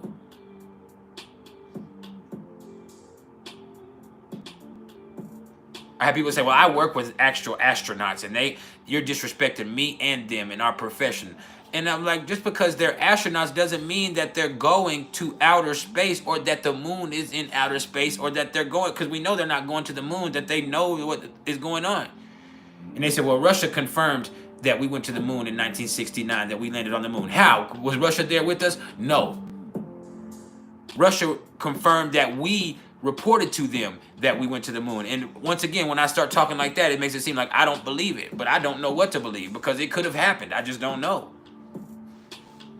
You get what I'm saying? And that's kind of where we're at with Neptune and Pisces. It's like if you don't believe one way, you're one thing.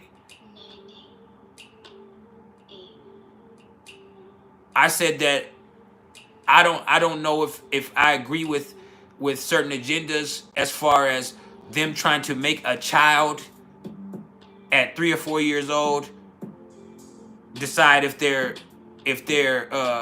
gender fluid or not, or you know what I'm saying, just because the parents believe that life should be that way. And then they say, well, no, you're homophobic, you're transphobic, and I'm like, no, I don't know if that's something that I would be. In my kids, I've never had to address a situation like that, but I don't know if that's healthy. And so as soon as you say that, there's a whole thing attack on you. I saw a little boy, or he wasn't really a little boy. I saw a high school kid, and he put up a post and said, hey, this nigga thinks he's about to graduate, but I'm about to go kill his ass. And then he went and shot up the graduation and actually killed the dude. And the first thing that I saw in the comments of that post was a lady saying, this probably happened because he was bullied and he didn't get to graduate. And I was like, that's the dumbest bullshit I ever heard in my motherfucking life. That's literally the dumbest shit I've ever seen or heard in my motherfucking life.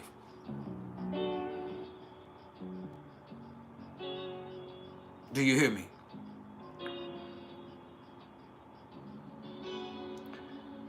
See, you allowed this culture to use that as an excuse.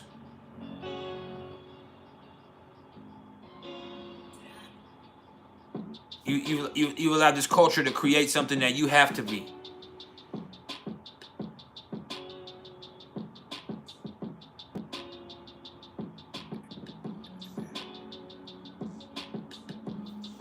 It's crazy. Like,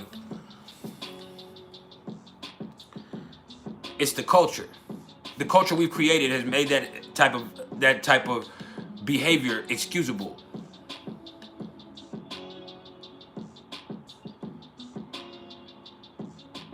It's crazy. And it's incredibly confusing. I know a guy that well, I don't know him, but I know a situation where in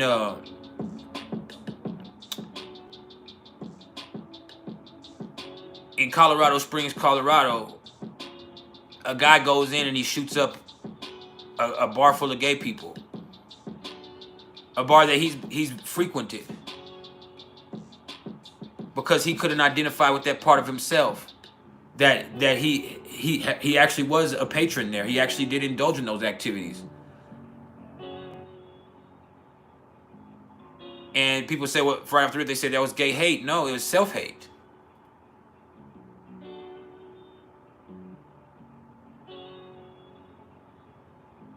It's self-hate.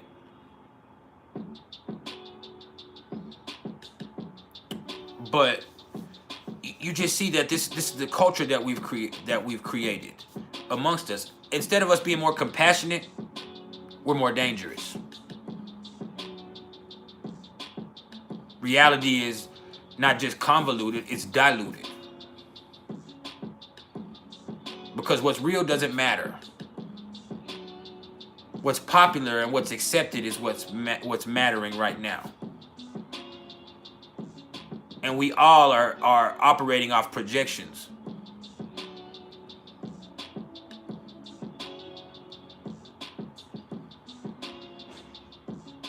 We're all operating off projections.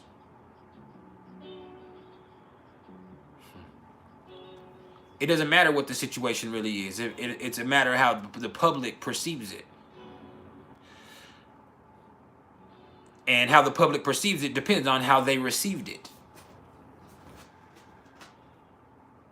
You want to talk about the culture? The same culture that glorifies the domestic violence between Blueface and Christian Rock is the same culture that is now appalled by seeing what Diddy did. But you see, Blueface and Christian act like that all the time, and y'all have taken that and y'all have made it acceptable. It's funny, it's cute.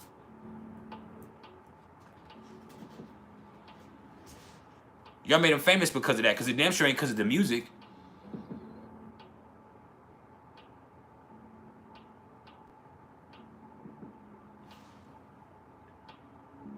It's a motherfucker.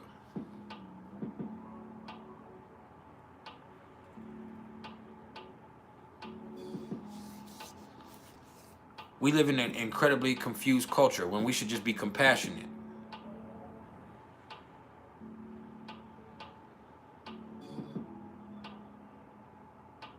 But the projections and the expectations keep things diluted.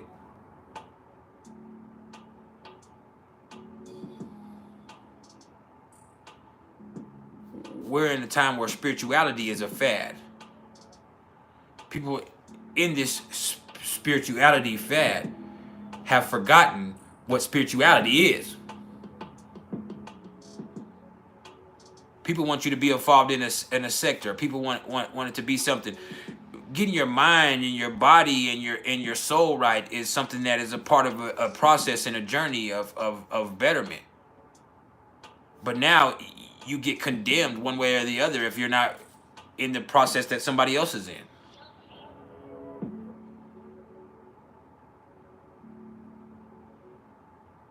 It's crazy. Damn, I stuttered 3 times there. I said it's. But yeah, it's crazy.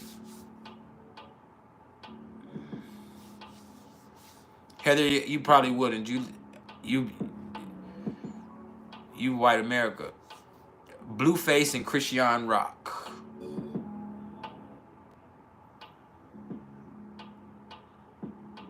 But yeah, this shit is a fad now. It wasn't before, but now you have so many people.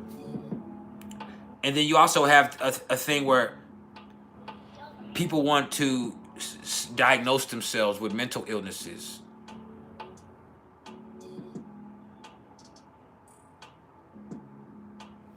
Oh, excuse me, I'm disassociative. I'm a disassociative, and I feel like I'm on the spectrum. Not you haven't went and got diagnosed by a doctor. You say I'm actually autistic and I'm actually on the spectrum and I'm dissociative. Says who?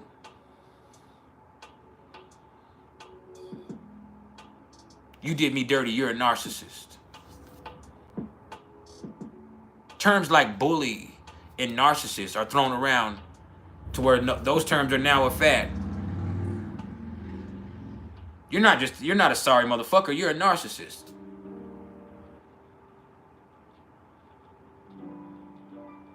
That's what's crazy. Like, no, you're just a sorry motherfucker. You're giving that motherfucker too much credit. You just gullible. They're just unhealed. You're just gullible.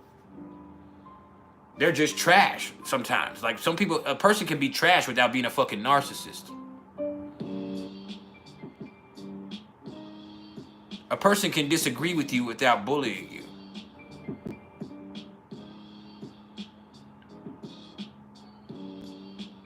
Somebody will post a video. For instance, they'll post a video of somebody dancing on Facebook, and if you go in and you say, hey, that you didn't hit that shit wasn't shit, you're a troll. It's not that you just didn't enjoy it. You're a troll. Fuck you. You're a troll. You're a bully. You're a troll. You're just a fucking hater. When the truth is, you could have kept scrolling, or they could have not posted that bullshit. People forget that. That when they put something on a public platform, then they're opening themselves up for someone to feel some type of way about it.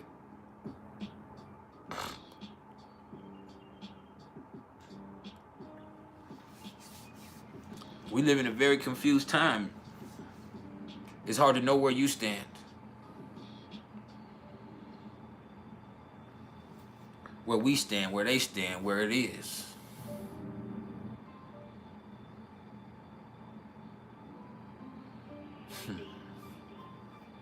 So many people self-diagnosing. There's so many people that are also giving themselves titles, giving themselves prominence. You have a motherfucker tell you, I'm directly tuned into the Akashic records. My spirit guides have given me direct access to the Akashic records, and you don't have that type of access. How the fuck do you know? And it's like, man, like,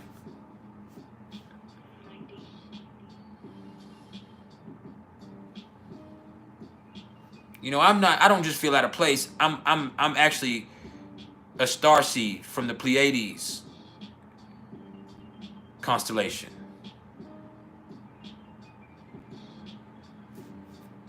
Maybe you are, or maybe you have mental illness.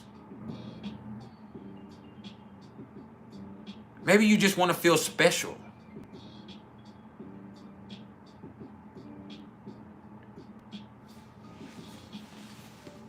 It's a trip, man.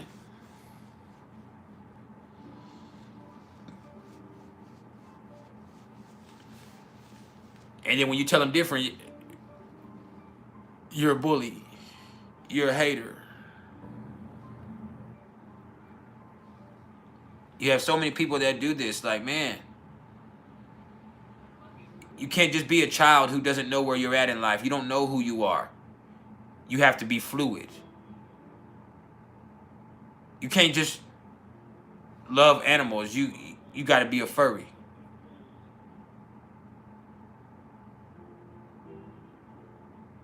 How about you just feel different and you don't know where you're at in your life and you don't know who you are yet? The hardest thing for people to do these days is say, I don't know.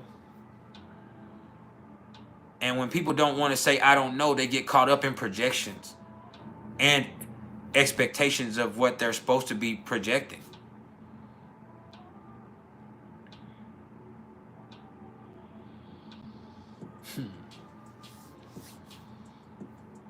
We're in an unprecedented time. And speaking of which, that brings us to Pluto. And Pluto is retrograde still at 2 degrees of Aquarius. And Pluto's going to stay retrograde until October 13th. And so when you see Pluto sitting here, this is where we realize how much things have changed. I've seen people reflecting on it. It's like, ever since Cat Williams sat on that couch with Club Shay Shay, shit has been crazy. But really what happened was Pluto went into Aquarius. Pluto went into Aquarius, and things have been crazy since Pluto went into Aquarius. The world is a crazy place. And it's just the universe forcing you to have an open mind. Now nobody knows what's going to happen. And that is a major change in itself. When you talk about the political process here in America, you have people who say, hey, they might steal this election.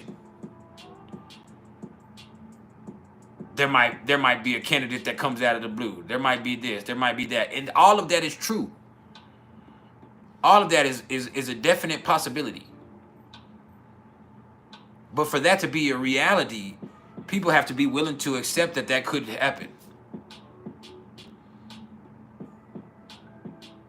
Crazy stuff. You can't dismiss it now. We saw the Northern Lights, the Aurora Borealis in Mexico.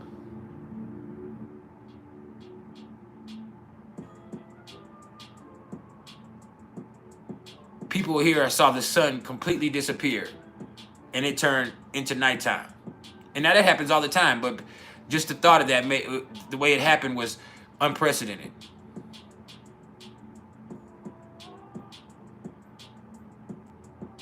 We've seen the world just go crazy. We've seen things get exposed. You have people who say, hey, anytime now, they're going to fake an alien invasion or an alien, or anytime now, they're going to act like they're going to do a hologram of Jesus coming back in the crowd. I mean, in the clouds. And what's crazy is if you saw that right now, you wouldn't be half as surprised if that shit happened 5 years ago, 10 years ago, 25 years ago. None of that shit. And that's a change. That's a change. People are doubted. Like you have pictures that are posted all the time to where you have to question whether everything is AI.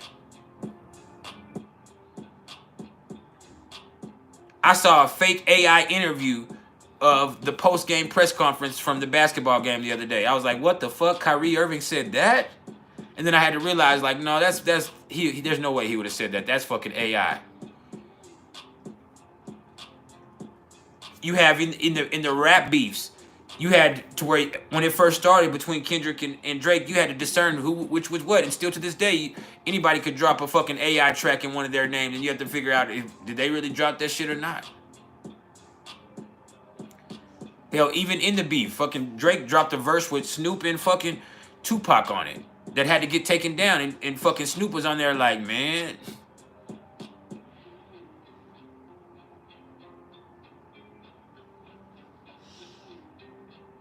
Man.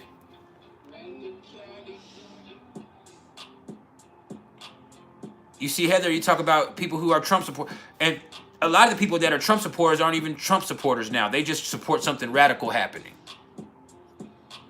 They just want something radical to happen. They expect something radical to happen.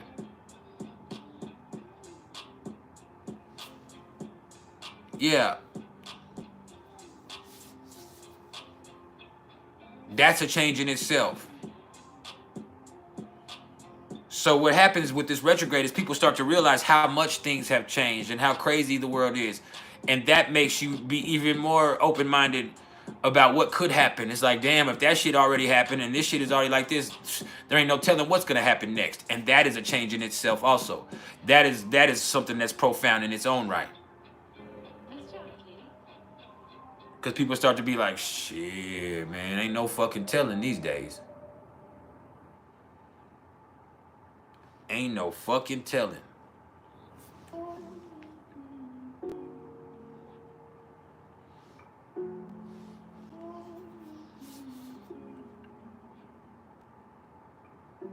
That's where we're at as people.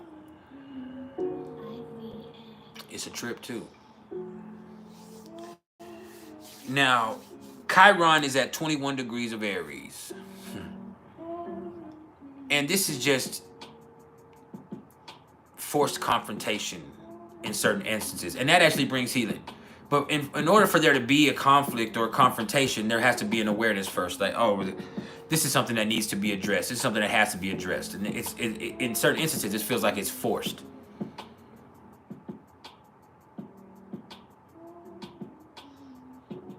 It just feels like it's forced. Whatever's going on, it feels like, hey, you know what? This is what it is now. Deal with it. But that allows you a certain accountability. That awareness allows you for accountability. That allows for the action. That forced conflict allows you to move forward.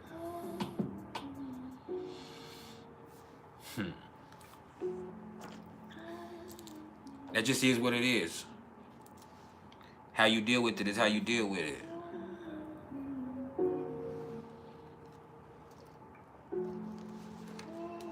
Shit's a trip.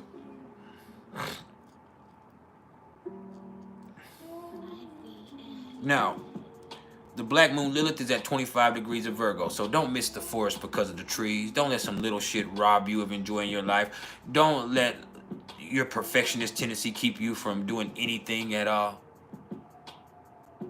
Don't be over analytical, too technical, or too critical.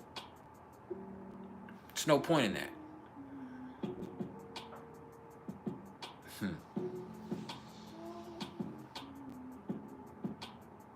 Don't get stuck on one little small detail.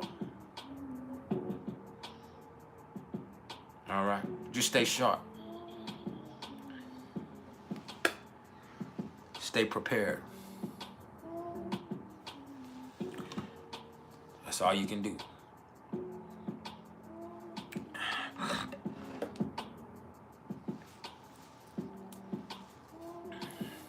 Now, the nodes are now at 14 degrees of Aries and Libra. So, with the North Node at 14 degrees of Aries, this is just the universe saying, hey, you got to do what's right for you. And that starts with an honesty that something has to be done. You can't sugarcoat anything. You can't sit there and worry about what everybody else has going on. Because that creates complexities. And so keep it simple and do what you got to do. Confront life head on. Sometimes doing what's best for you is the best thing for your relationship because you spend so much time holding it back and holding it in, avoiding it. Just be honest. Be authentic. That's a big help. As I've said for the last year that this has been the North Node in Aries, experience your truth as a verb. That's big. Experience your truth as a verb.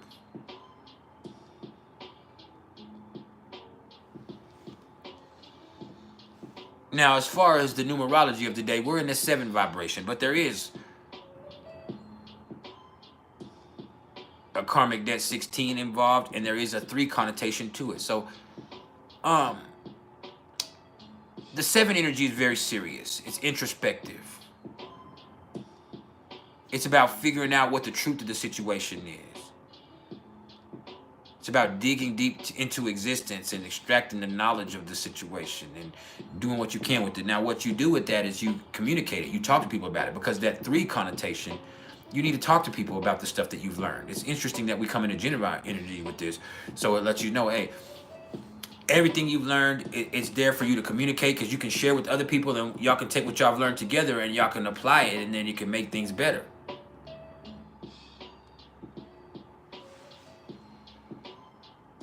You just got to do it.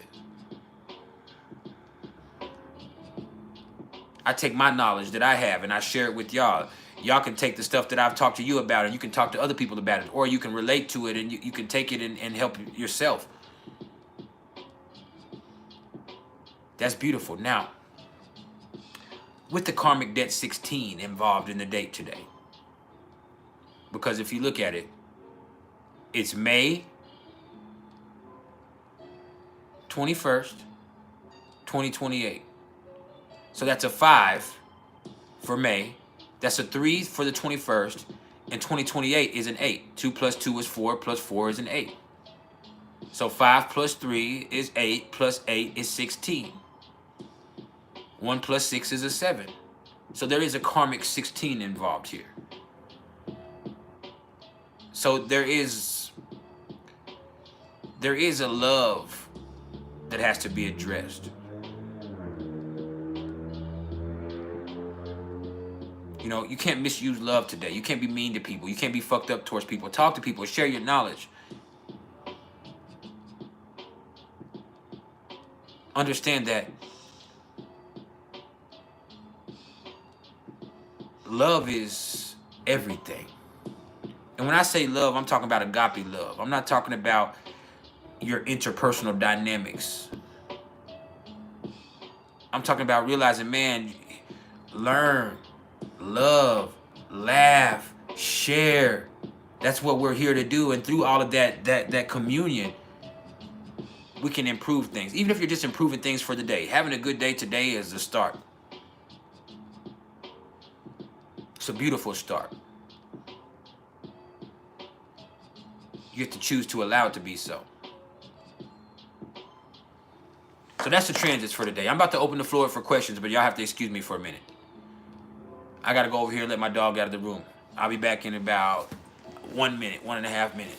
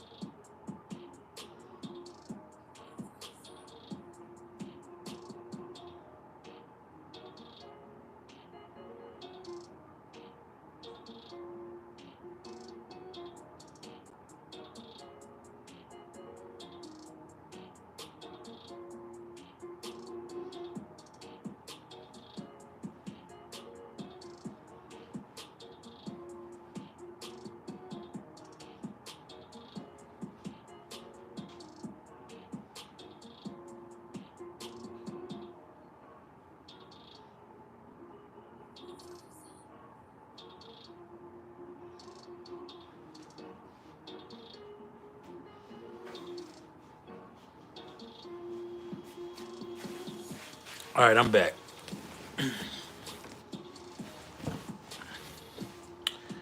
We here.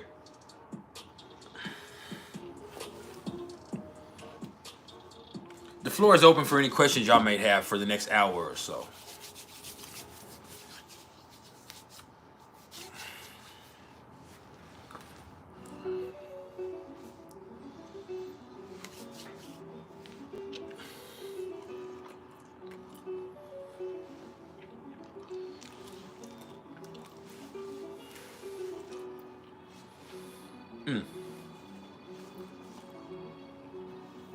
That was a great gummy.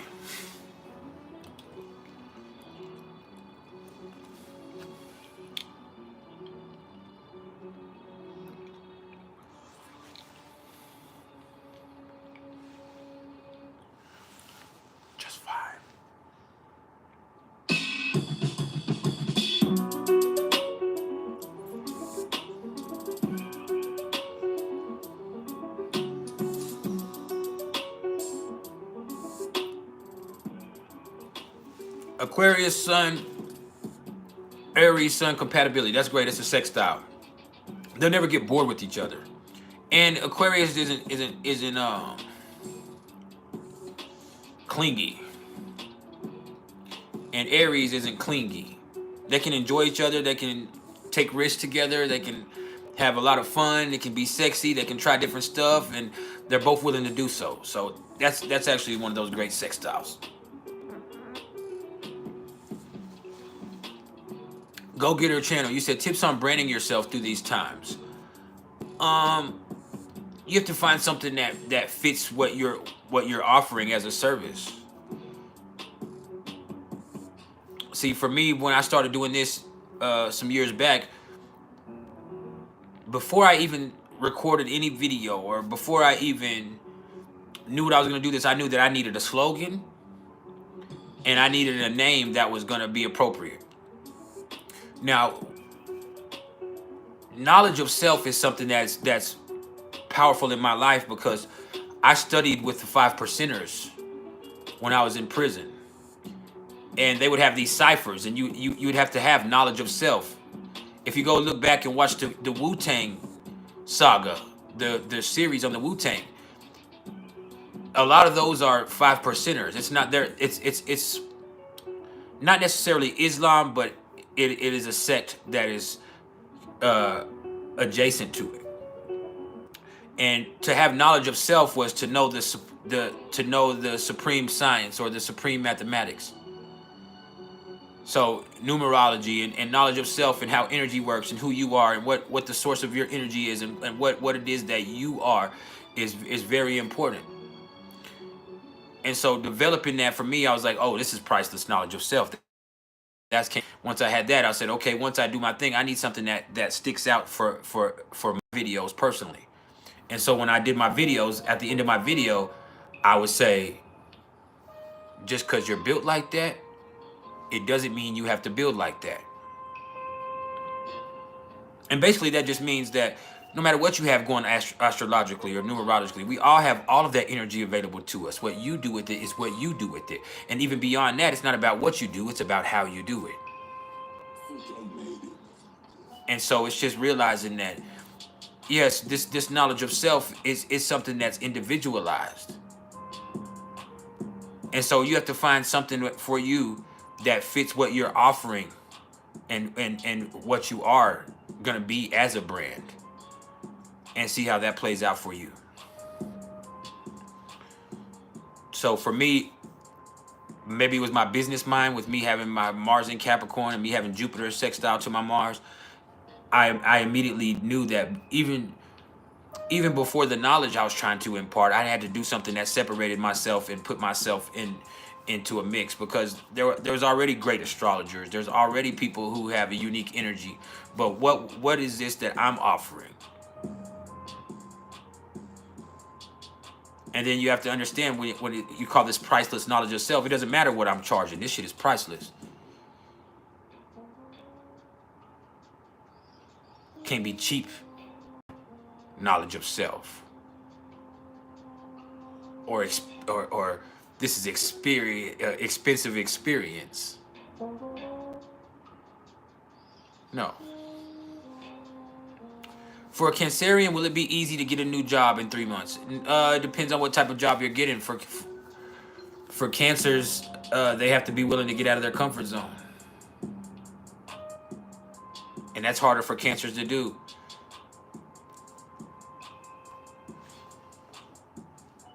You have to get out of your comfort zone.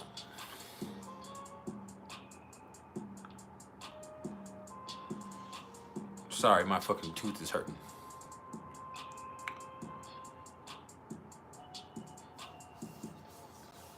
You gotta be willing to think outside of the box.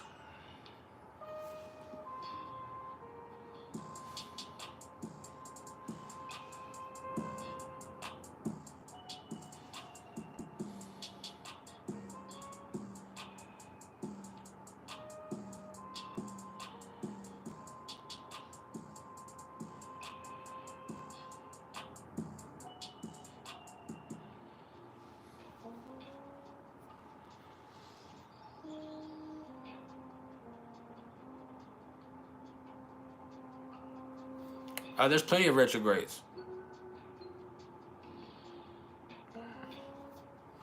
In 3 months, everything will be retrograde.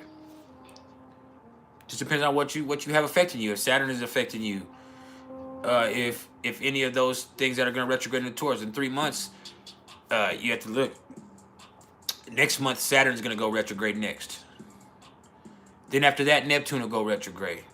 Then after Neptune goes retrograde, Uranus will go retrograde, and then Jupiter will go retrograde. And then we'll have another Mercury retrograde in between there also. And Mercury's retrograding in the fire signs. Is it the fire signs or is it the cardinal signs? Let me look. I don't want to lie to you. Let me make sure that I'm on point.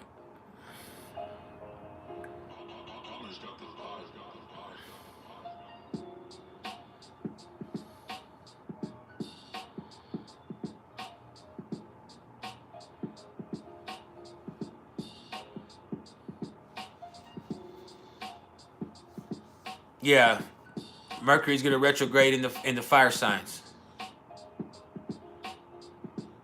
So next it'll be from August 24th to August 27th, where Mercury will retrograde in Leo. And then after that, from November 25th to December 15th, where Mercury will retrograde in Sagittarius. But yeah, Jupiter will station retrograde, and it'll retrograde back into Taurus briefly here in a couple of months.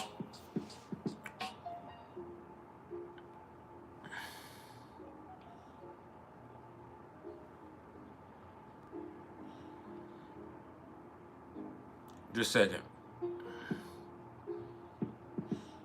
Make sure we're on point with this. Yeah, Jupiter is going to go retrograde on October 9th. And actually, it'll stay in Gemini the whole time. So it won't retrograde back into Taurus. So from October 9th to February 4th.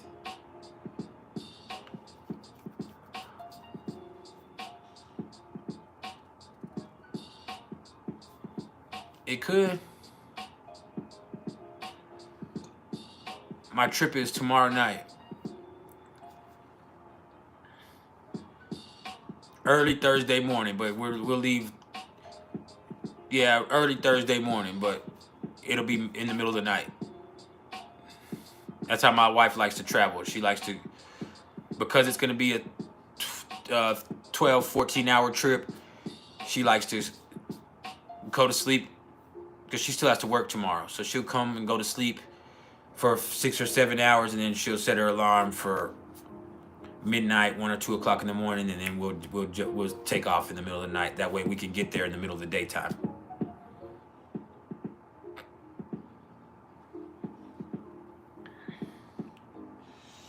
So yeah.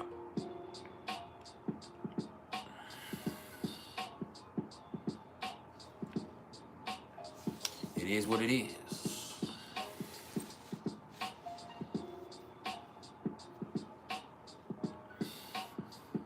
Y'all pray for us. If you're praying people, pray for us.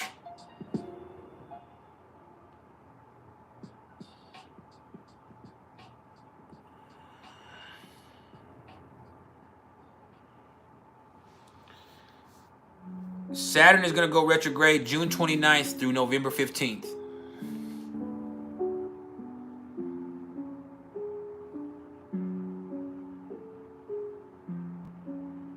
And it'll go from 19 degrees or 20 degrees of Pisces.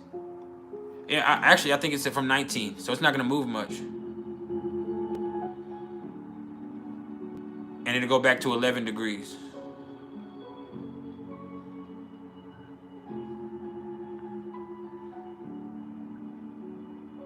Neptune goes retrograde July 2nd.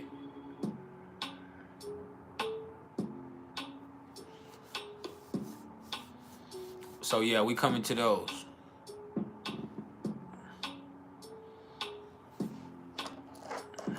July 2nd. Just fine.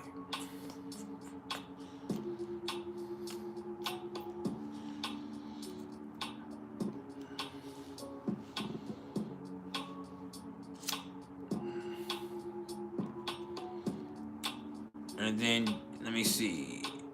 Uranus will go retrograde in August too. Let me see. Nope, September 1st. Through January 30th. So yeah, Saturn is next on June 29th.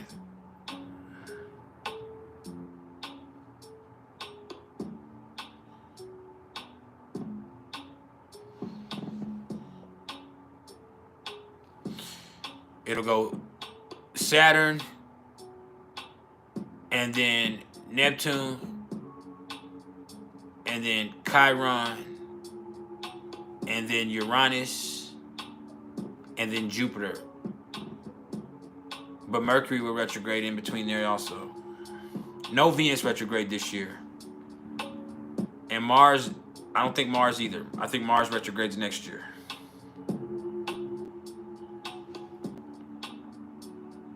Nope, it'll go retrograde on December 6th. So it'll still be this year. Mars will retrograde on December 6th. From Leo back into Cancer.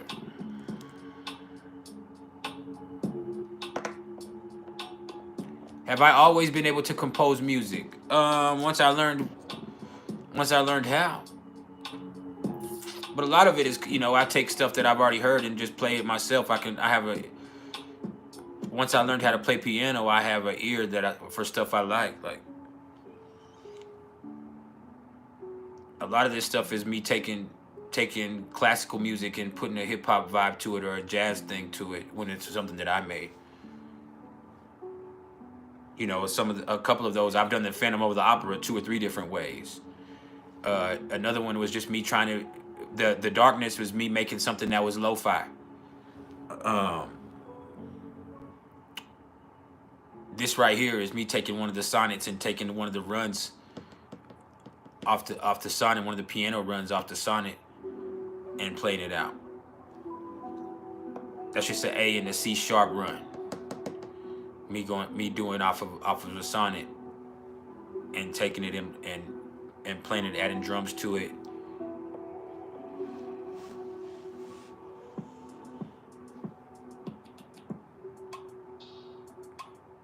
So yeah.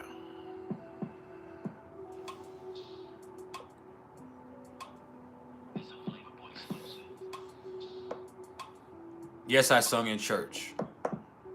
I sung in high school choir. Middle school and high school. I was all big country honor choir, all region choir, 16th tenor 2 in the state. And then when I turned baritone, I really stopped singing as much as I did because my voice got so much deeper. But yeah,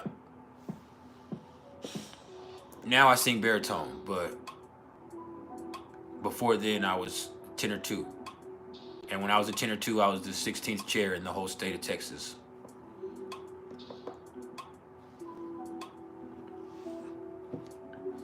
So, I mean, there was a lot better singers, but a 16th chair is pretty good. I was first chair in Big Country Honor Choir, first chair in all region choir, but 16th chair in the whole state of Texas.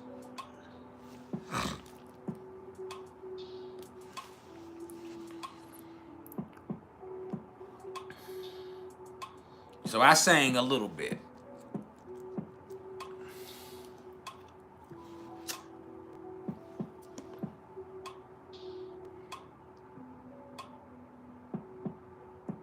My favorite hymn.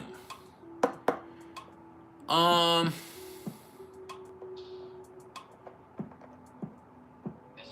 there's different hymns. It depends on what type of church you went to. See, I can't remember a lot of them from the Episcopal church, but I remember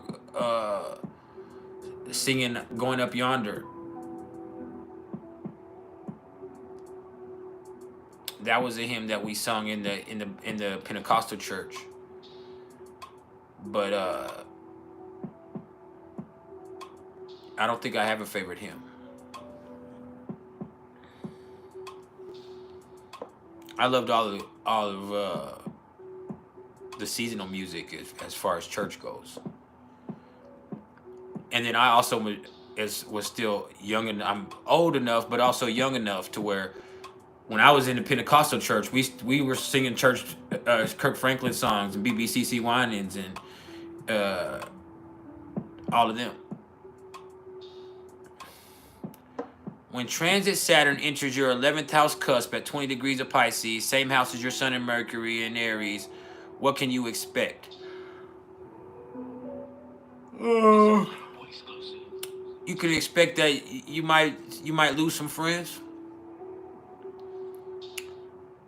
or you might feel lonely in life, or you could also see yourself go to where you don't feel like you're making as much money as you were. But more than anything, I see like you might lose some friends. You might realize some people aren't your friends, or you might distance yourself for some people that you associate with.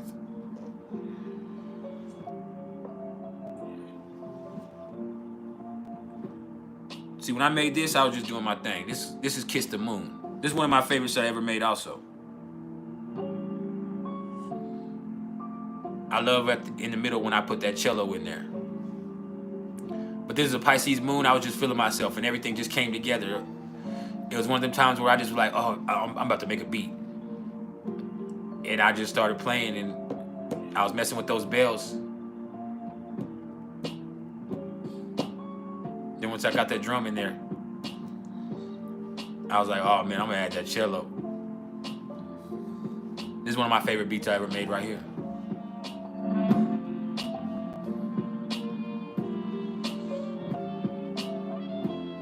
And when I was thinking about Kissing the Moon, it was more like, that's beautiful.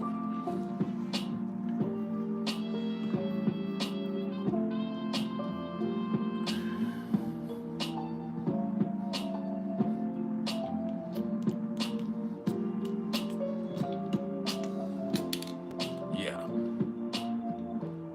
You hear that cello?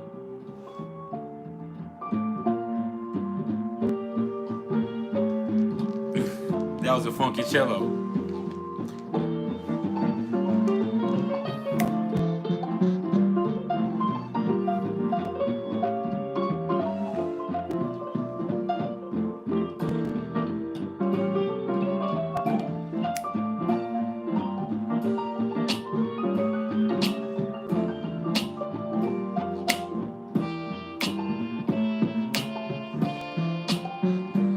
I can just imagine myself. It's my imagination. I just imagine myself being in a band, and this people walking into a vibe, a bar or something like that, and just a dude with shades on, kind of like this, hitting that cello. A dude on the piano in a fedora.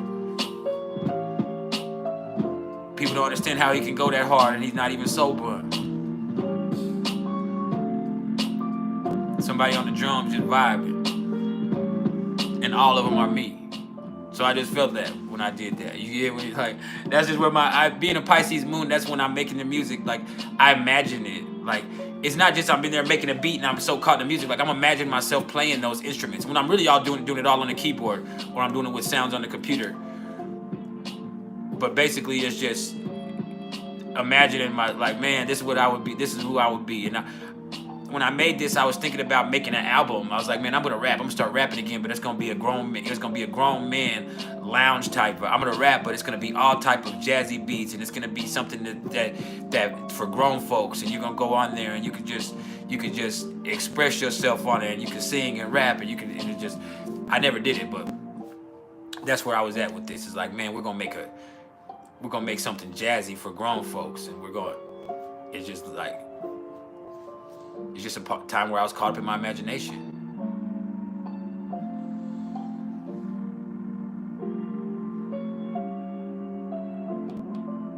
It's beautiful.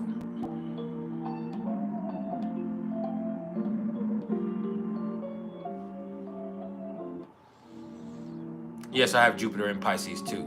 Does Saturn rule money or material gain? Saturn rules the 11th house, and the 11th house rules material gain. Double A. The 11th house is the house of gains. The second house is what you have. The 11th house is what you're making. So you have gross income, you have net worth. The 11th house is your gross income. The second house is your net worth. It's what you have, it's what you own, it's what you possess. The 11th house is what you're making. And Saturn rules the 11th house, but I would say things slow down and puts that into perspective, if that's what you're asking, as how I got to that determination. But Saturn slows things down.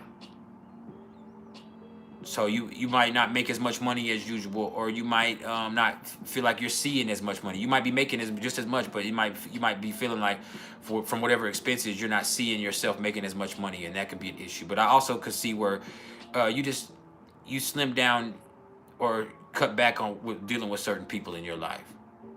And it might be something internal, or it might be because of external perception of a situation between y'all. But that's what I see with Saturn there, if you're asking for the psychology behind the answer that I gave you.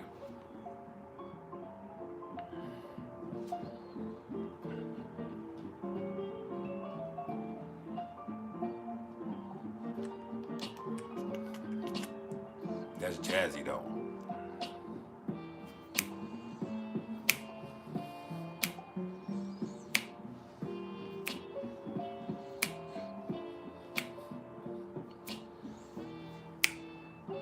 That's the vibe.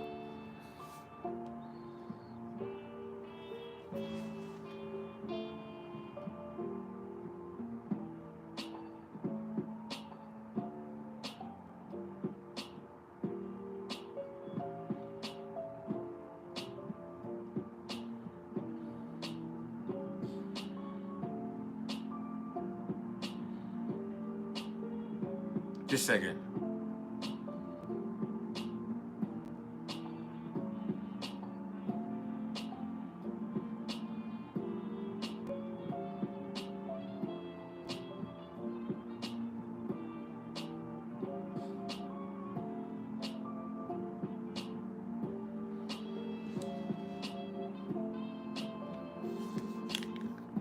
But yeah.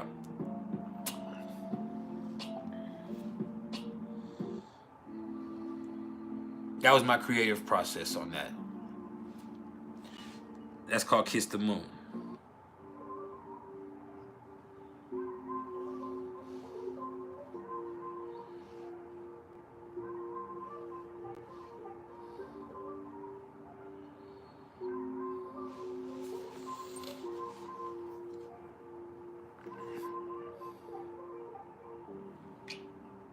You said they like the shape of my head. What the fuck?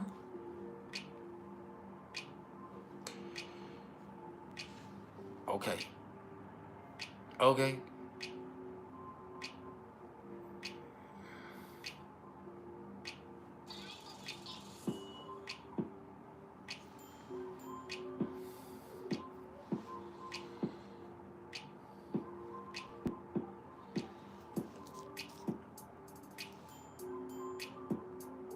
And this just has like an R&B vibe to it.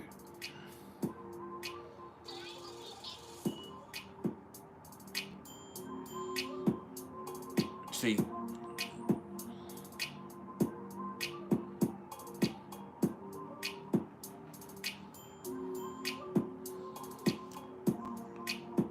you see how that guitar in there was really a sample, but it's a sample that in there that but that's like, that adds the R&B vibe to it. The beat is there in its own way, but there's certain things that add a certain vibe to that.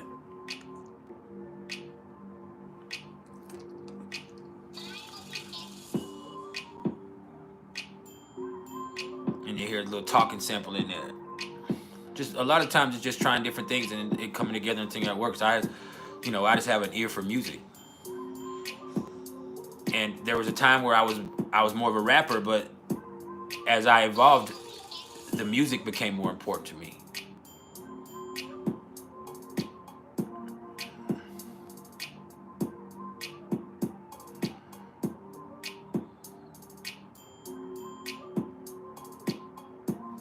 Yeah, something like that. Definitely something like that.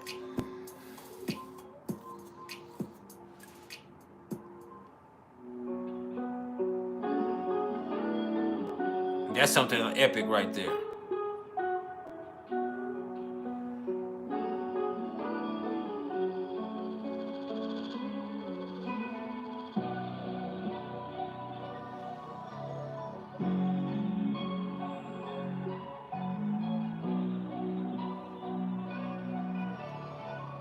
You hear how that has like a story to it.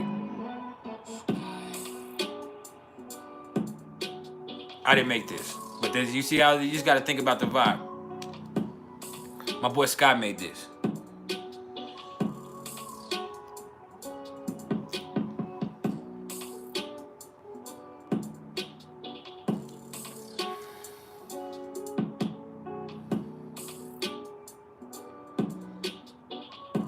You got to do something different.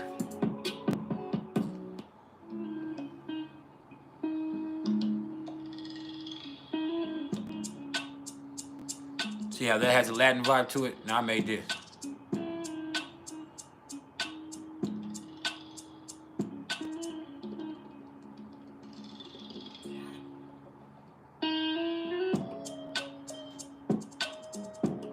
See how that guitar comes in there with that?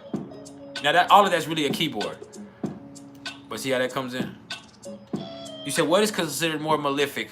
Mars or Saturn? They're both malefic. Mars is more immediate. Saturn is more long term.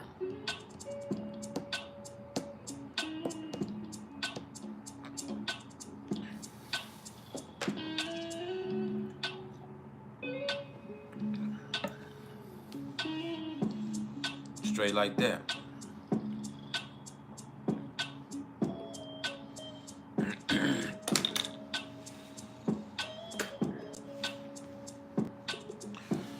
But yeah.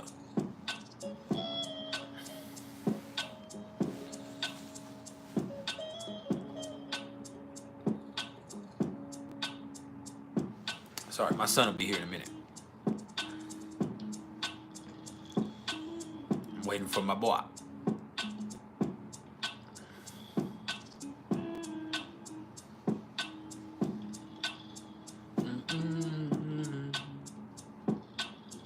I'm still here for any more questions y'all have. We're here for another 30 minutes or so. So just keep it gangster like that. We vibing.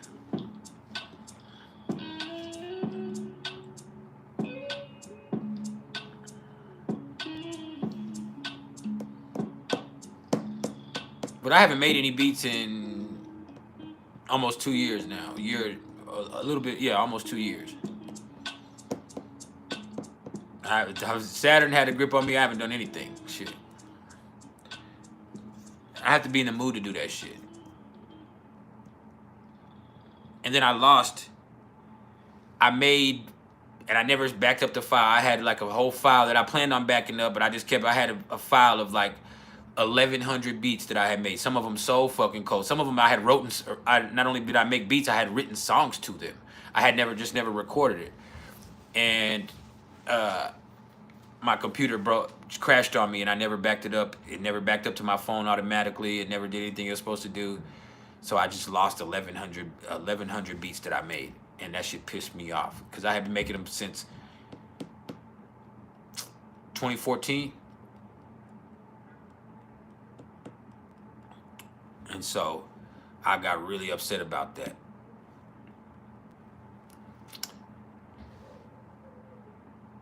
And some of them were fantastic because I was on drugs. Some of them were fucking fantastic because I was doped out and on that motherfucking music.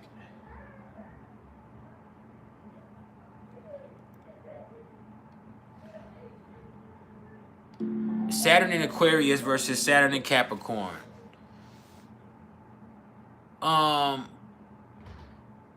Saturn in Capricorn wants to do it for recognition. Saturn in Aquarius wants to, the purpose is to help or to heal or to progress. So Saturn in Capricorn is determined, it's gritty, it's tough. Saturn in Aquarius is disciplined and organized and less selfish. Seeing that Uranus also is involved with Aquarius. But yeah, Saturn and Capricorn, they're both tough. They're both disciplined in their way. But Saturn in Capricorn is determined and patient. Saturn in Aquarius is less patient.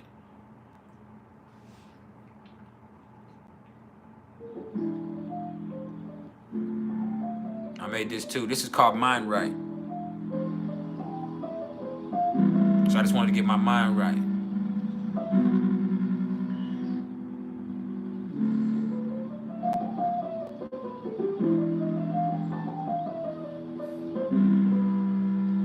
Damn. When you hear that damn, that's me.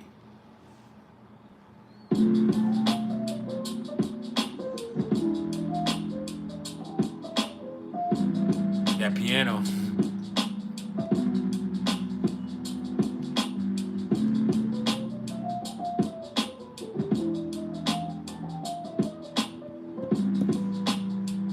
Yeah.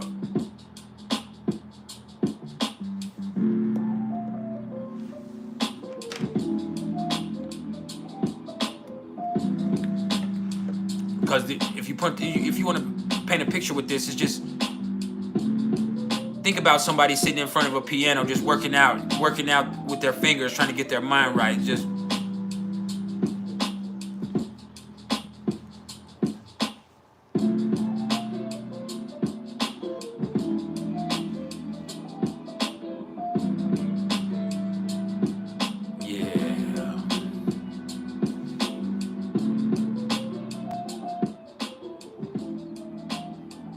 trying to get my motherfucking mind right.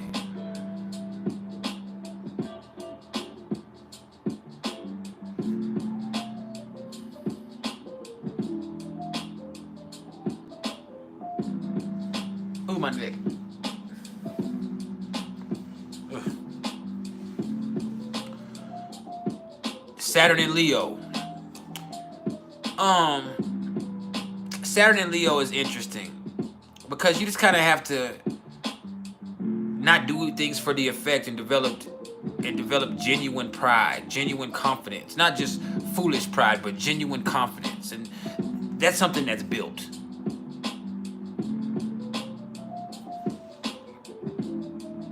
Not attention. Recognition. There's a difference between attention and recognition, and even recognition and fame.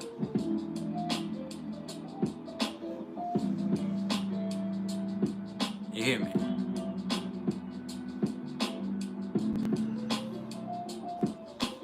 Scorpion Princess. The Celtics have an easy road to the finals. That's not who I'm rooting for, but they have an easy road. They should beat Indianapolis or the Indiana Pacers. I want Dallas to win.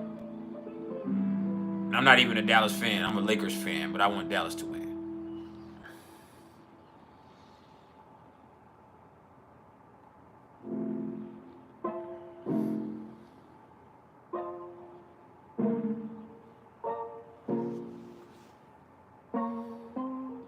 That's called July.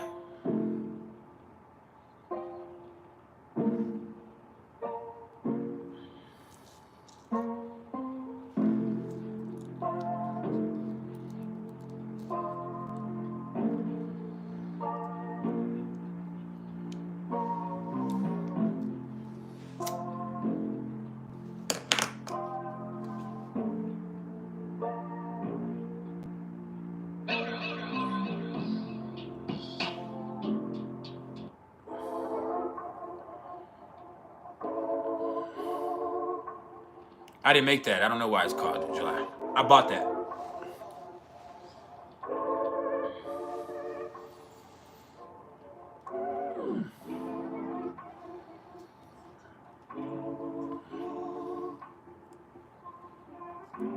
And this one is called Speak because it be talking to you.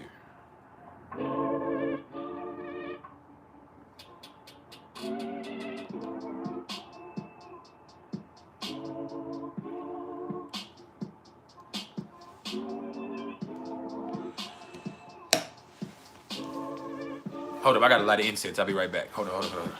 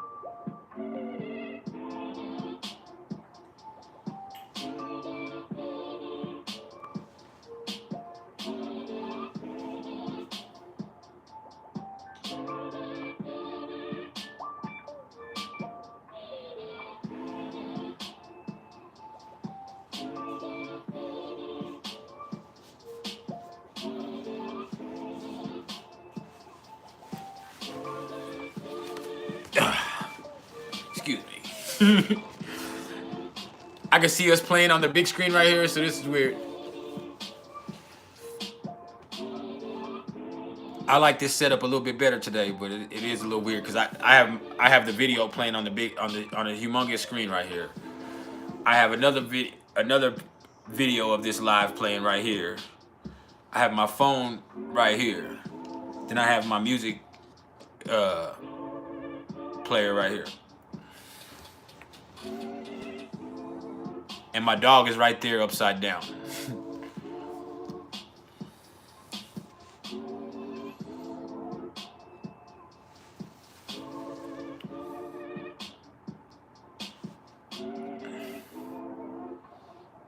The floor is open for any more questions. We're still vibing.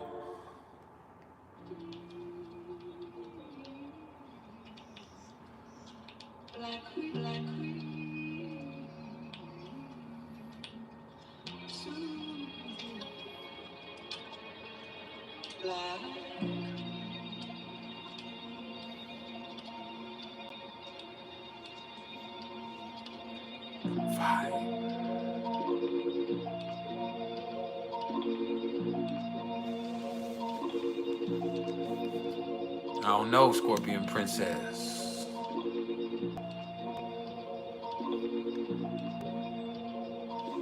Yeah. Vibe.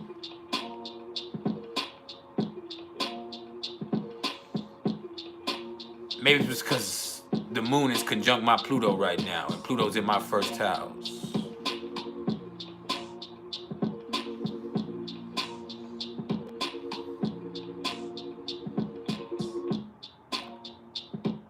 North Node in Aquarius versus North Node in Capricorn. North Node in Aquarius is here to help the world. North Node in Capricorn is here to go hard, to succeed. What's up, Empress Adele? It's almost the same as you look at it like Capricorn is about self. Aquarius is about other people.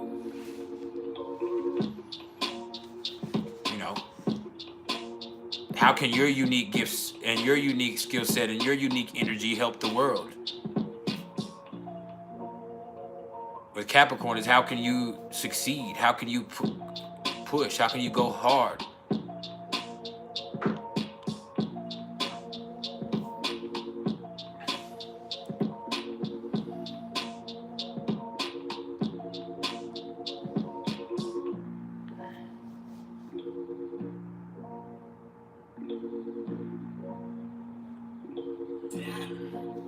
Oh, there's my son. He about to come in. Here's my junior.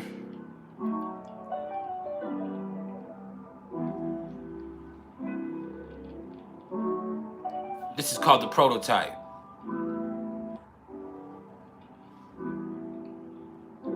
Hold up, my son's coming in. Hey, Daddy. How was your day?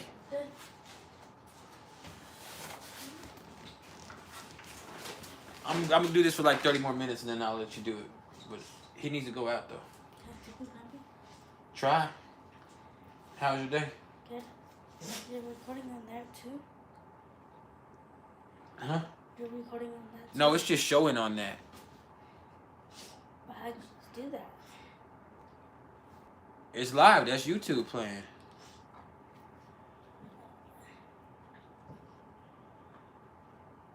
You see me? I'm looking good over there. Oh, sorry. I don't understand how you connected to the TV. I'm not connected to the TV. The TV, I'm recording right here and it's playing on the TV, son. I need a charger. There's one in the mama's bathroom.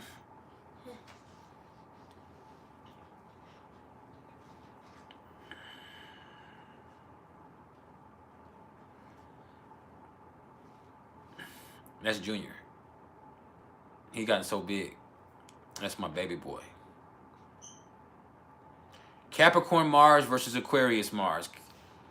I mean, Mars is exalted in Capricorn. Mars and Aquarius is just different. I mean, Capricorn Mars is directed. Mars and Aquarius is empirical. It's like they want to try. They're going to keep trying and doing something different, and the energy can be really inspired. But Mars in Capricorn is very well regulated. Mars in Capricorn is focused. Mars in Capricorn is determined. But once again, it's like Mars in Aquarius is focused on doing something different. It's not focused on accomplishing a goal. Mars in Capricorn is focused on accomplishing a goal.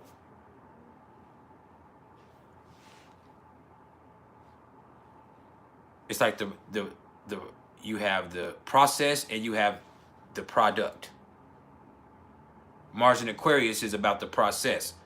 Mars in Capricorn is about the product. So the energy is directed a lot more efficiently.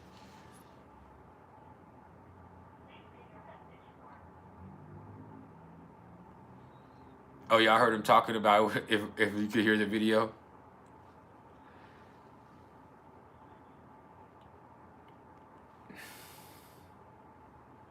He's the only one that's gonna come on while we're on the live. My other son won't get home until another hour and a half, and then my other one has started football already.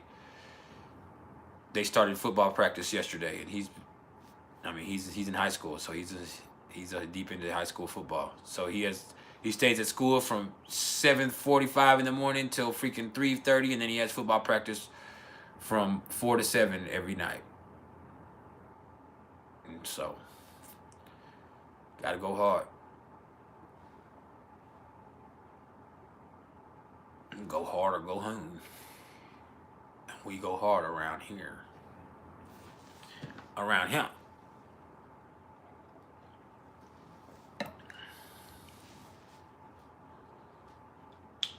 The people said that they said you're handsome. Where? He said where? You gotta come over here. He's trying to look and see in the comments where I can't scroll up on there. I can scroll up on here though. Come around right here.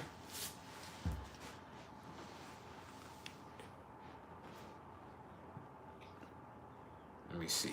I can't scroll up on here. It won't show up on there. You think this is connected to that? Yeah. It's not connected. It's not connected. Oh, like when you type, yeah, it goes. Look. See, it says you're so handsome. Oh. You see that right there? Mhm.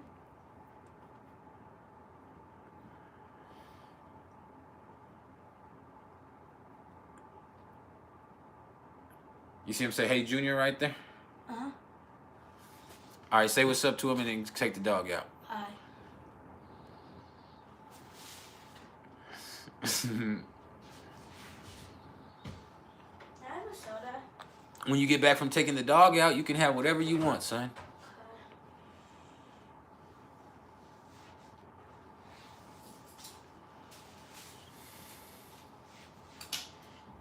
Is there still a lollipop on the table, or did you can't get his lollipop?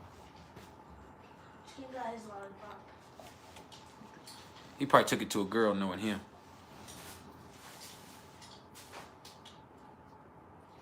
Nah, he looks just like his mama. He looks just like his mama. He acts like me. But he looks just like his mama.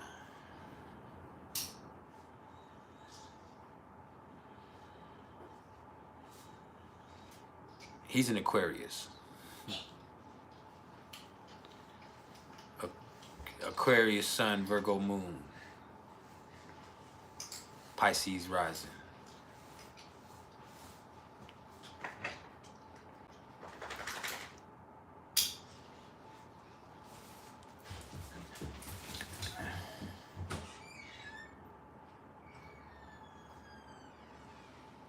Yeah, that's my baby. He's daddy's boy.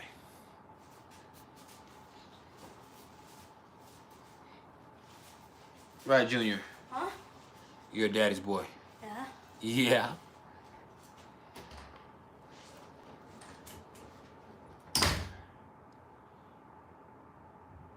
Not my oldest son, though. My oldest son is a mama's boy to the core. My middle son is whoever's he can manipulate. They're Gemini moons. But yeah, my oldest son is a Leo, but he has Venus in Cancer. He really loves his mama. I mean, he loves me too, but he's a mama's boy. She spoils his ass, and he's a mama's boy. And my middle son, he's a Libra sun, Gemini moon, Capricorn rising. He really does his own thing, but he also, like, whoever he can manipulate. Whoever he can get over on. He's a Venus and Mars and Scorpio. Whoever he can fucking work, he's on their side right there. He's trying to work you.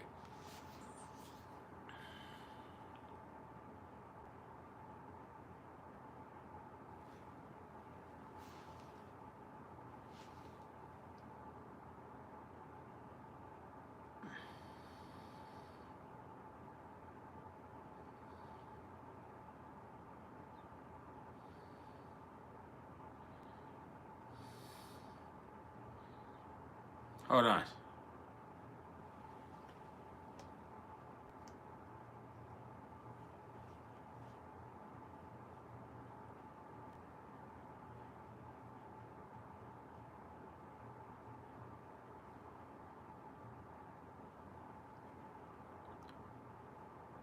I'm hungry.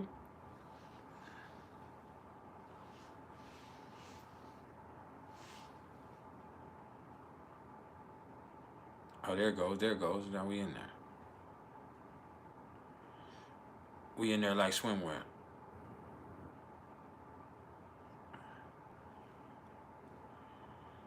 Yeah, yeah, yeah.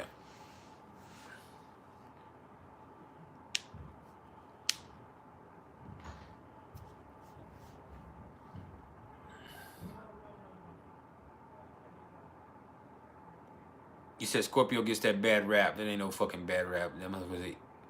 I love my baby, but he ain't no good boy. like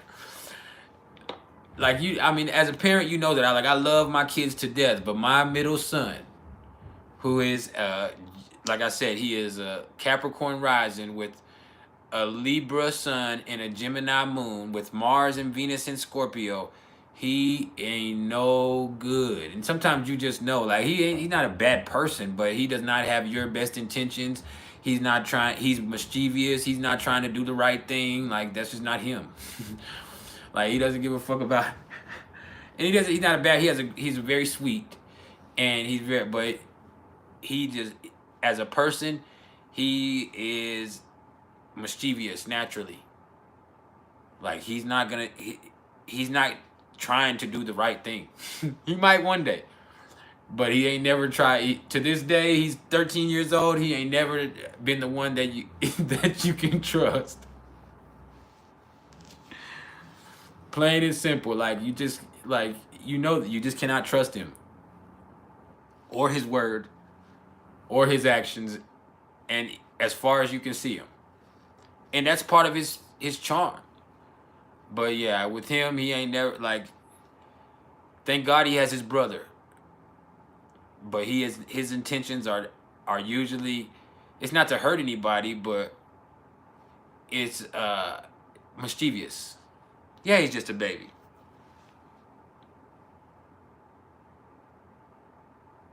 No, my sons are great. He's great. He's not a bad person. He's just one of the sweetest. He's the only one of my sons that says I love you.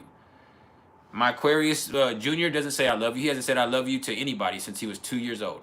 He just doesn't say that. My other son, who is a Leo sun, Gemini moon, he doesn't say I love you either. He's not like that. Like, he's actually, I know as crazy as it sounds with him being a Leo sun, Gemini moon, he's very quiet. He's the quietest person I probably know.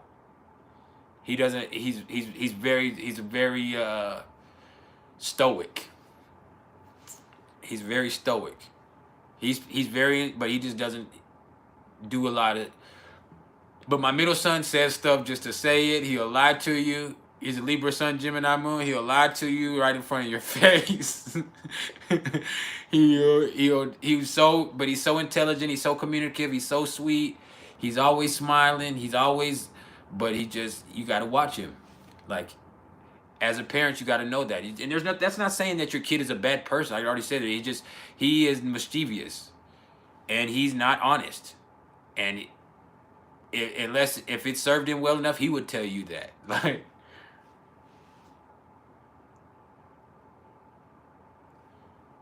so that's kind of how it is.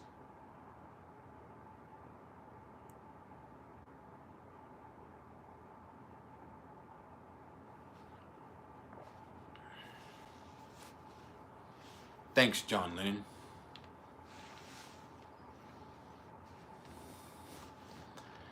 But yeah, my daughter, my daughter's my oldest daughter, she's a Virgo rising, Sagittarius sun, Cancer moon, and she's Venus and Mars in Scorpio too. She's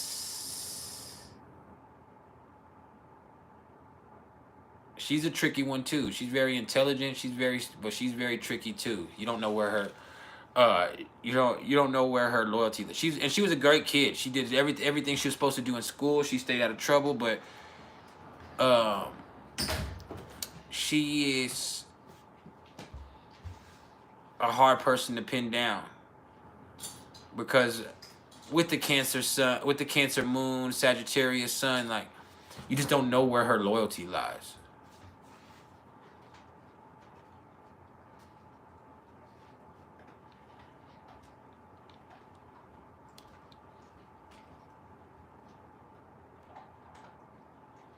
So yeah, my other daughter, she's a Capricorn sun, Libra moon, Leo rising, and she's very mature. But because she's so mature, like, she tries to grow up.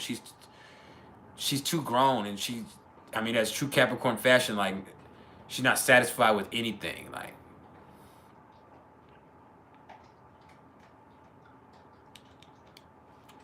she's 17, but she's like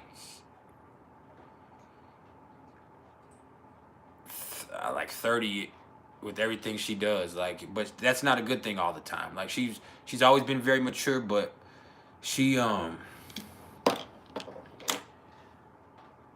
her relationships, like,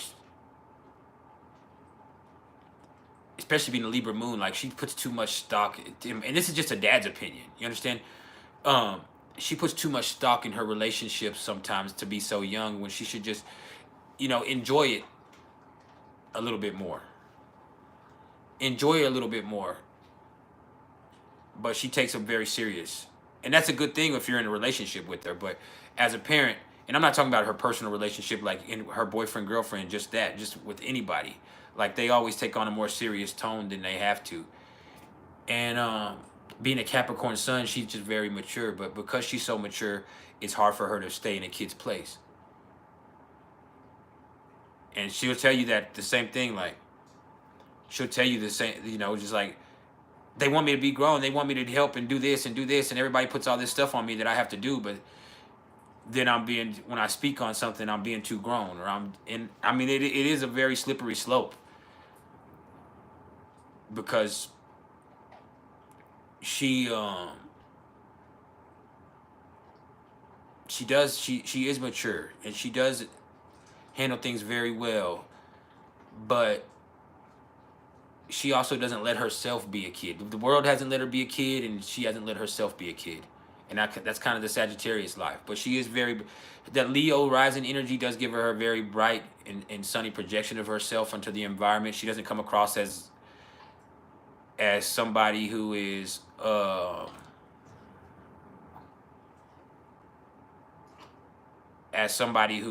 depressing, like somebody like my wife. She's a Capricorn sun, Libra moon too, but she's Aries rising, and like she smiles and stuff, but she takes life seriously. Like, she's very impatient, and she's very business oriented, and she's all business. To where my daughter, she can play and stuff like that. She can smile, but she's still the same way. Like, everything is a serious affair for her. And so I wish her relationships at such a young age were not so serious, but they've had to be.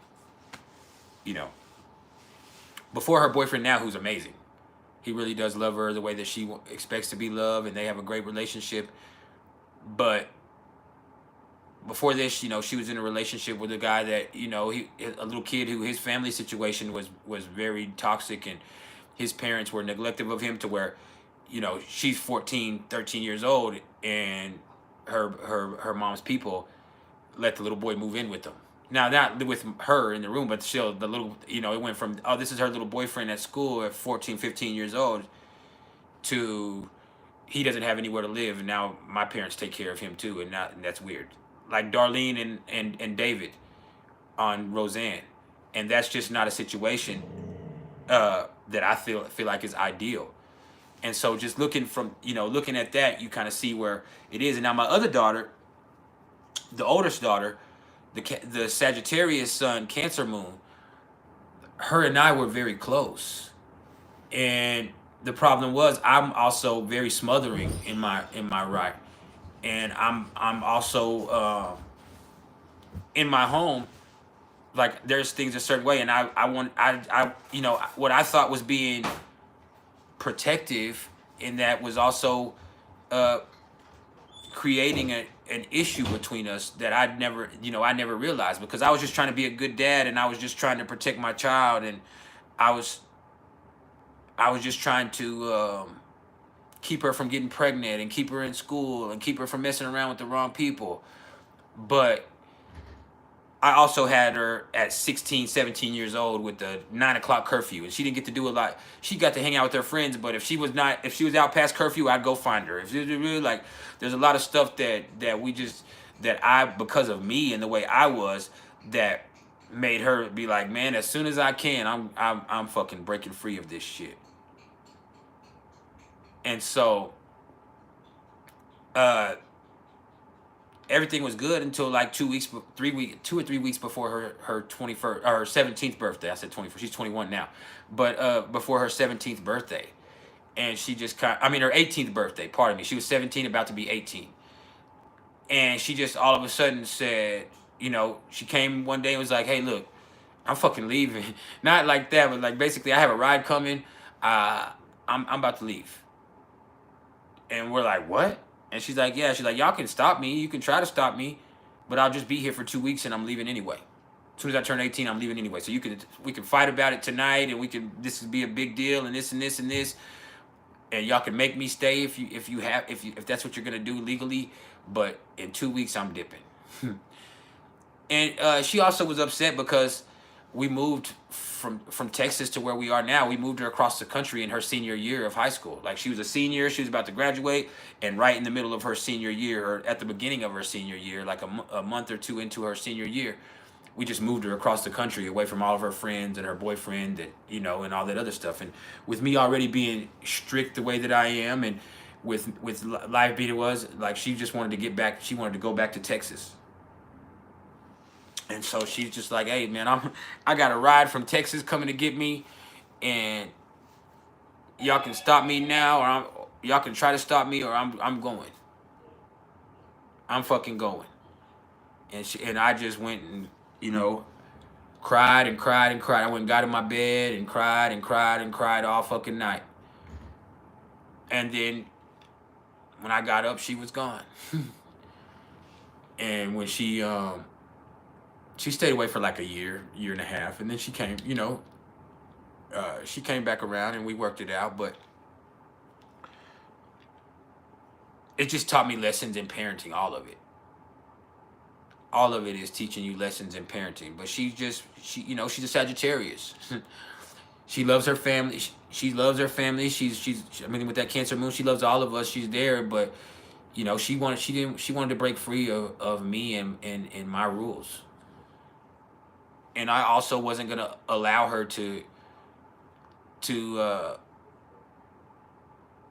date the way that she wanted to date at that age. And so I was, you know, she wanted to be grown. And I mean, she made a move that ultimately, as a parent, I had no choice but to respect. You get what I'm saying?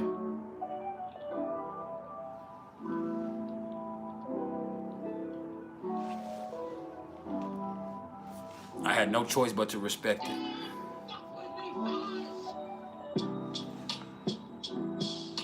And that's cool.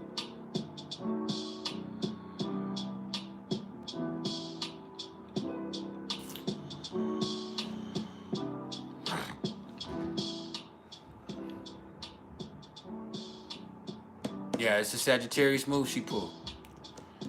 And so you're just like, damn, you see it this way. And eventually, like I said, you have to respect her decision and respect her. She's an adult now. But at the time, it's just like, damn, it put into perspective. My oldest son is a great kid. Like, yeah, I just said I cried, bro. Hell yeah, it's my daughter. I cried for, I cried for several times, but the day that she left, when she forced that move like that, I just went in the room and just fucking cried myself to sleep.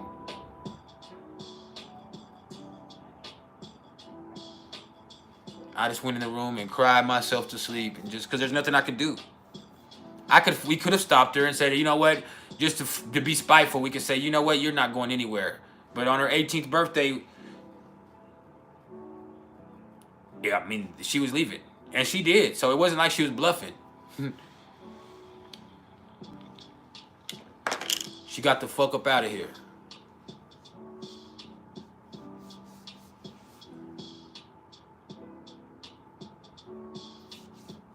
Yeah, she fucked that shit. I was super strict, and that ended up being restrictive of our relationship. And it wasn't like I was strict, like she was in trouble a lot. The rules that I had were very strict. And also, because I worked in a different business then, I worked at a bar, managing a bar. Or I was bar back and bouncer, and then also after that a manager.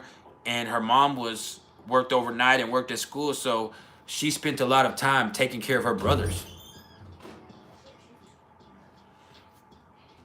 She spent a lot of time taking care of her brothers. And so it was more or less like, man, I'm trying to live my life and be free and do what I want to do. He loves that camera.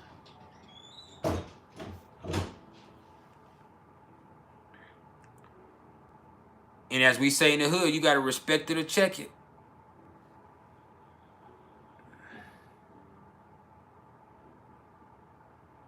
You got to respect it or check it.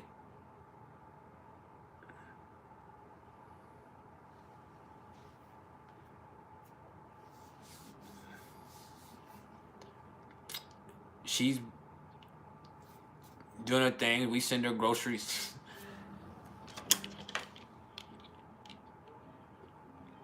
But yeah.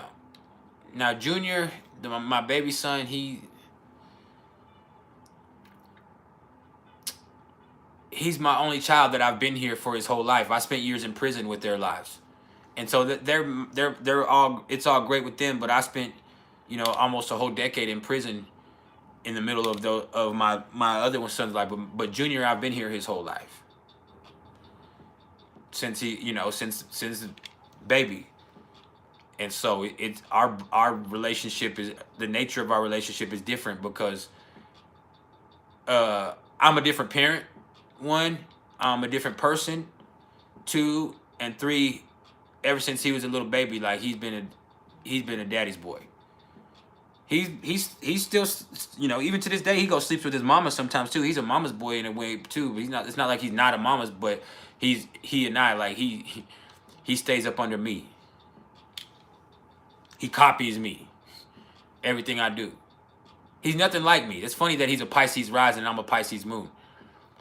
Because he's really nothing like me. He's an Aquarius sun, Virgo moon, Pisces rising. I'm a Cancer sun, Pisces moon, Libra rising. And he's really a lot more like his brother. But for me and him, he copies everything I do. And so he seems like he's a lot like me. And he acts a lot like me, but it's just a projection. He's really completely different than me. My middle son is like me. The one I said you can't trust. He's a lot like I am. He's a Libra sun, Gemini moon. I'm a Libra rising. Like just because I'm smiling and I'm nice doesn't mean I'm doing what I'm supposed to be doing. Like I'm just a nice person. I'm just, you know what I mean? I'm just polite. I'm just charming. That does not mean I'm doing what the fuck I'm supposed to be doing. And so they're like, that's how he is. Like he's smiling, he's sweet. He'll tell you he loves you, and he'll just. But that does not mean that that he's gonna do what he's supposed to do. So yeah.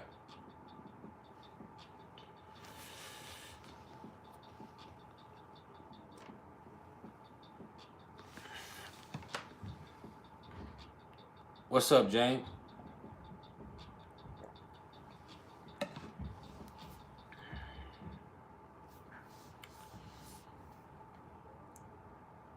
What's cracking, family?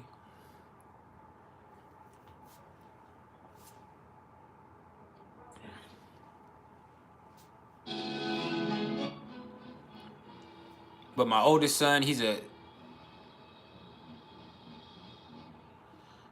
my oldest son, he's a Leo sun, Gemini moon, and we don't have his exact time of birth. I mean, we remember exactly what time, but his birth certificate doesn't have his time of birth.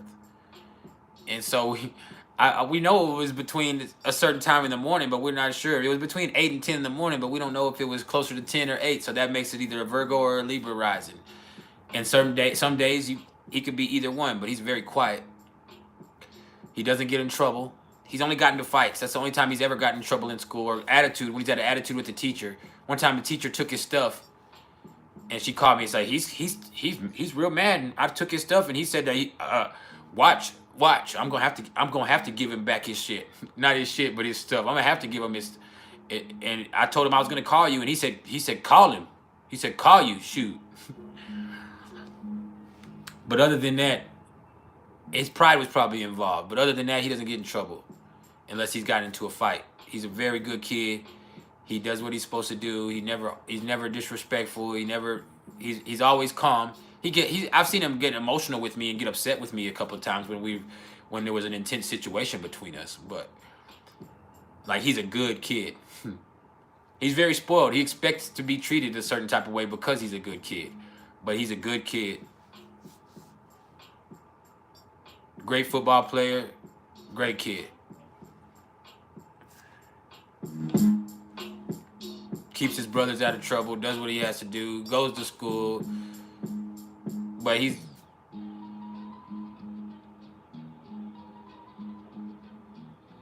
him.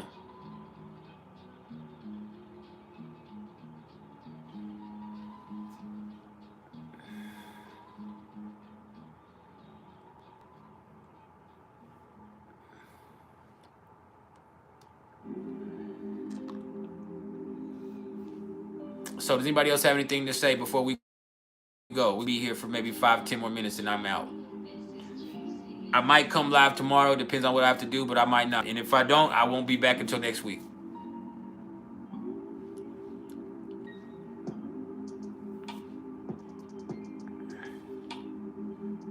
Y'all just pray I come back at all with the situation I got going on.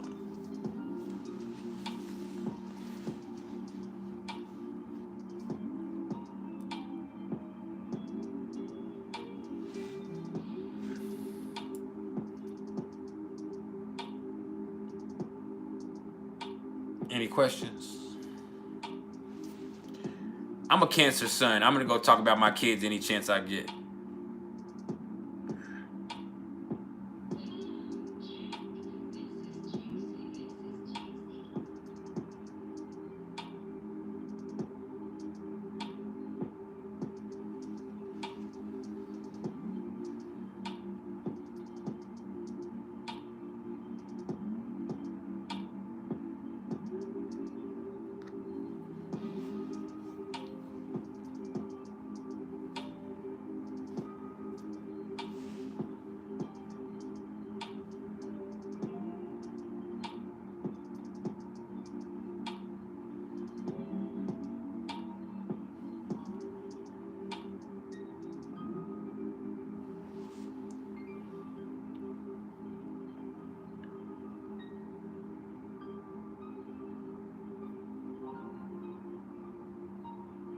Yeah, I'm gonna be careful. I mean, I don't fuck around when I'm there.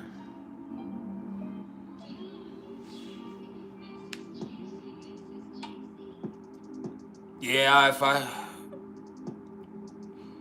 he ain't gonna give me no hug. My dad's a Capricorn moon. He might give me a hug, but he ain't.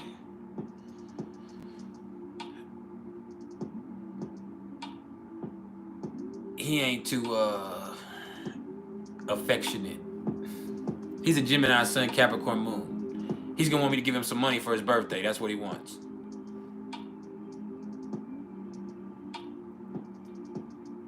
His birthday is June 1st, so he's gonna want some type of gift. Even though he ain't never gave me nothing for my birthday. He's my dad, and he gave me $20 one time for my birthday, and then he asked for it back. I was so happy. I went and bragged to my lady at the time. I said, "Look, man, my dad gave me $20. That's the most money he's ever given me in my life."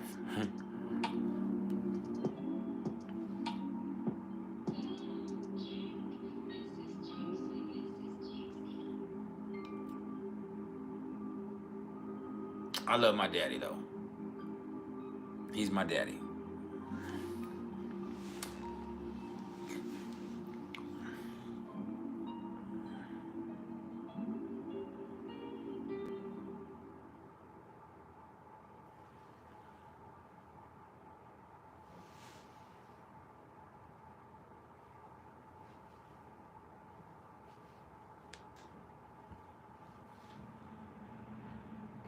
No, I ain't coming to Texas if I can help it.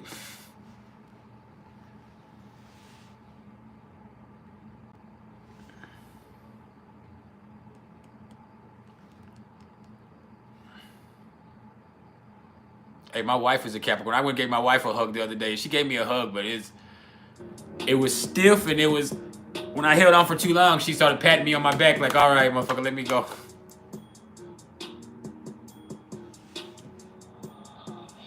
No lie.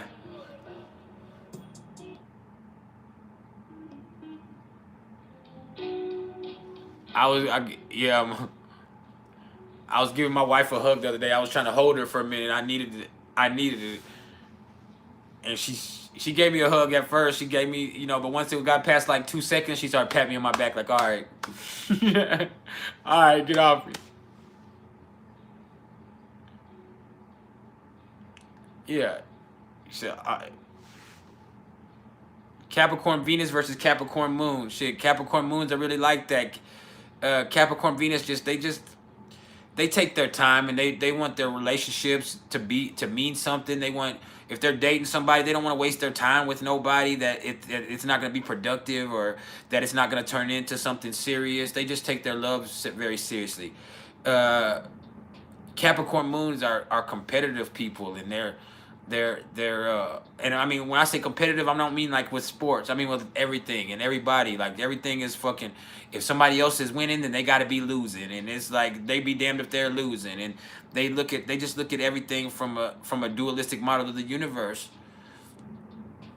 and they're afraid of not getting what they have coming to them, and they're about something because of that. Like, it doesn't mean they're about the right thing, but they're about something. My dad, he's full of shit, but his name means something to him. Who he is, and Jesse Turner, like, that means something to him. Even though he ain't shit, that means something to him.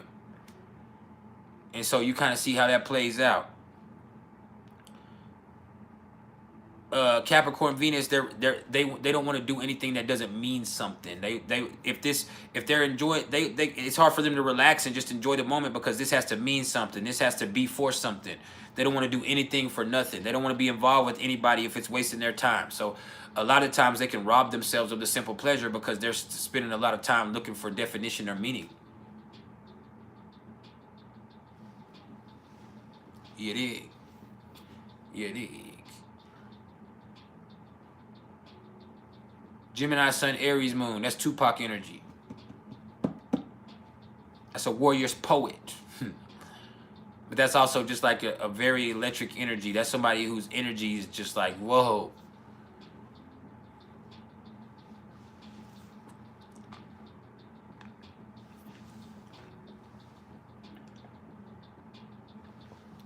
Like, whoa. Mic flow. Like, whoa.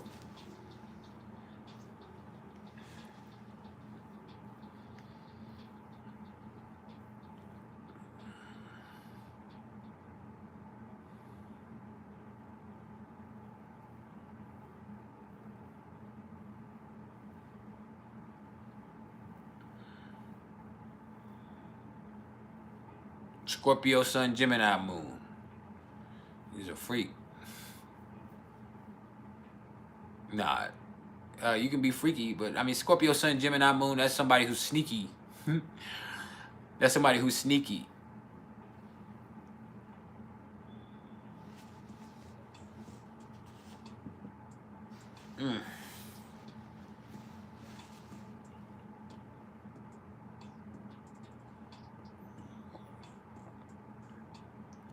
My wife and my charts are not just compatible, they're karmic.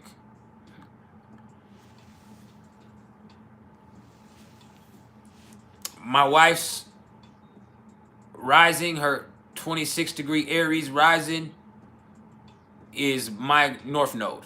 So my wife's rising is my north node. My north node is 26 degrees of Aries. And then her north node, which is 17 degrees of Aries, is my descendant. So she's destined to be my wife. My wife's sun is 4 degrees Capricorn. My sun is 4 degrees Cancer. Her moon is 20 degrees Libra. I'm a 16-degree Libra rising. Her moon is conjunct my rising. I mean, we're locked in all the way with that shit. She's also my Neptune. My Neptune is 4 degrees Capricorn. Her Neptune is 4 degrees Capricorn. So it just played out like that.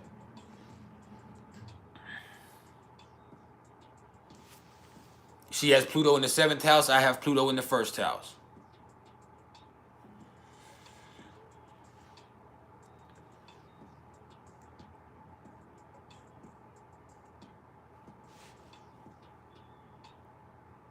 We got some karmic shit going on.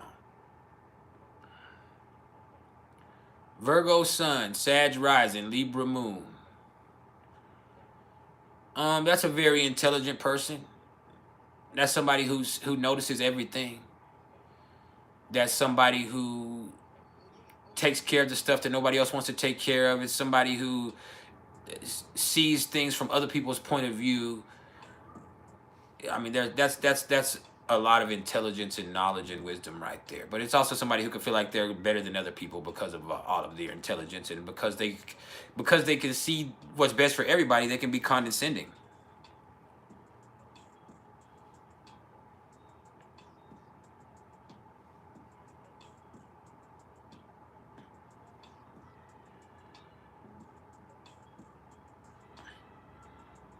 They can be condescending.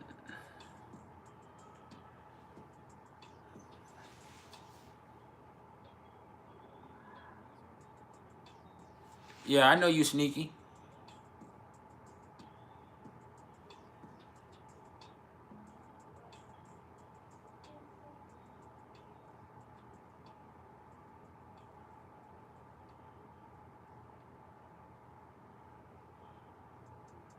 Sneaking and geeking and freaking and meeking.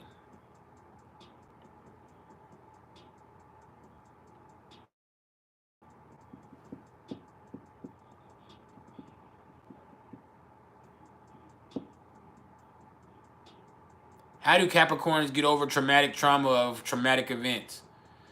I don't know if they ever do, because I don't know if they ever deal with the emotional aspects of it.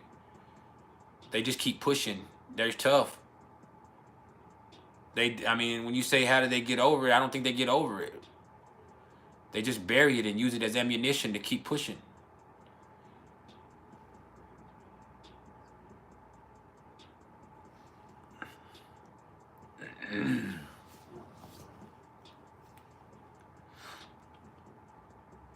You feel me?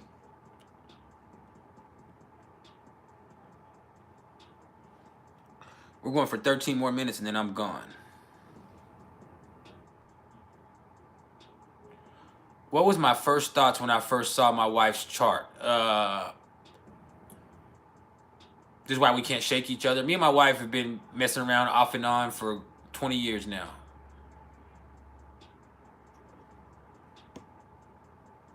And so, why does this person keep coming into my life? And why does it finally, when we came together, why did it make so much sense?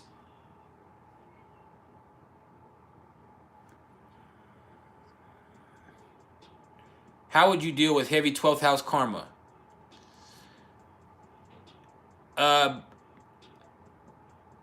a space. I mean, you have to be by yourself. You have to learn how to deal with being by yourself and working it out. You have to learn how to deal with yourself.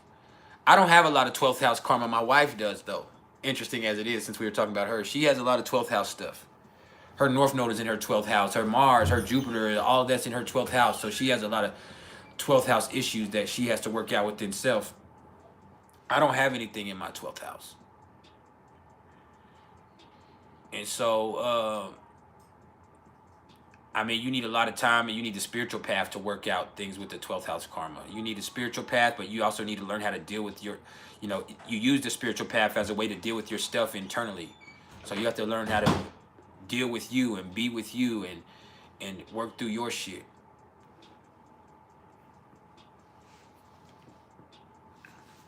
Which is much easier said than done.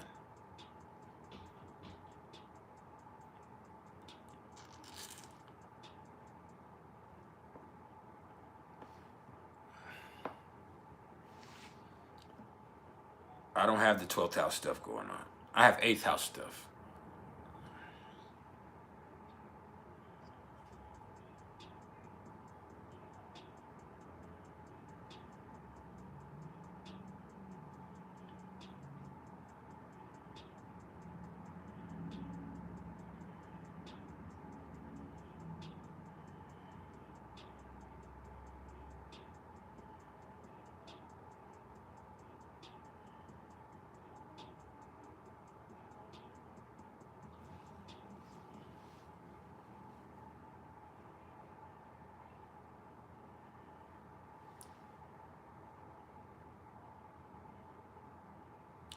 Is someone's sun aspect in my 6th house showing that they are your enemy? They could be. That doesn't mean that they are your enemy, but they could be your enemy.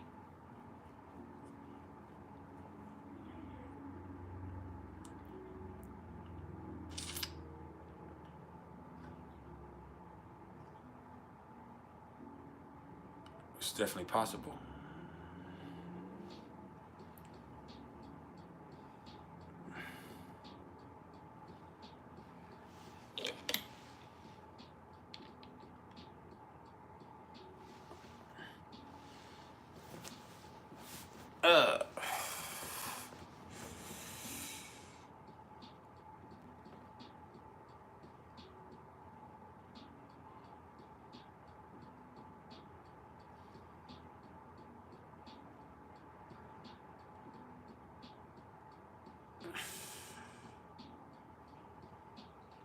You crazy.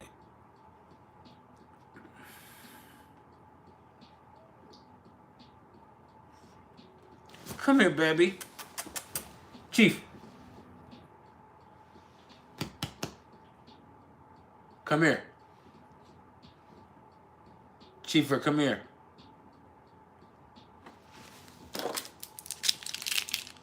Come here. Get over here.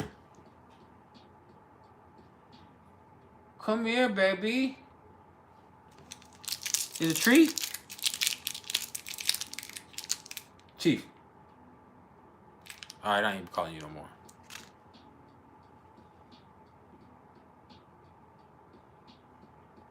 What's up, Ebony? You said your mom's North Node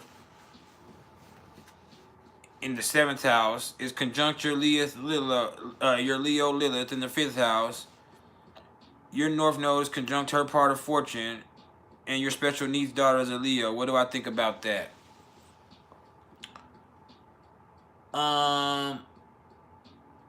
I think that Leo Lilith is your daughter, most definitely. So you having to learn how to, you know, deal with someone special and make them feel special. And learn to enjoy the process of raising somebody who's so unique. And then also, I would say with your mom, she made you the way that you are. Come here, baby. Come here. Get up here. Get up here. That's my baby. There we go. This is my boy. Come on. Come on, look at the people, Chiefer. Look at the people, Daddy. Oh man, he's my baby. Is it my baby boy? He's my baby. Yes. Yes, yes, yes. Oh man. Oh. You good boy? He's a good boy.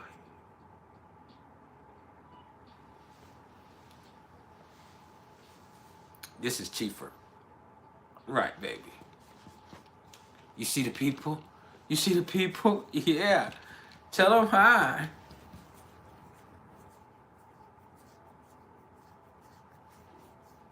Yeah, it's a baby. He's a baby. He's special.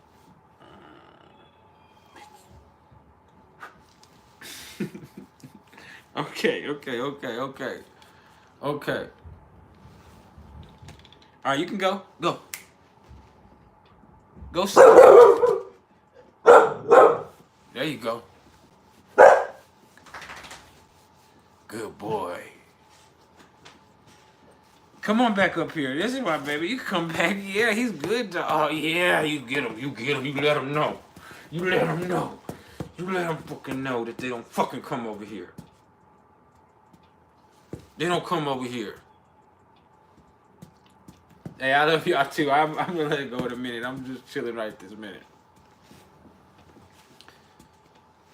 I love y'all. He's a baby. Look at the people. Look at the people.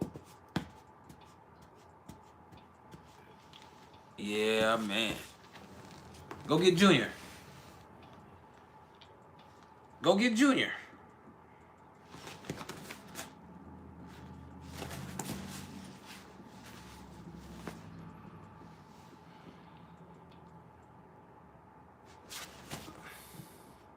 That's my baby.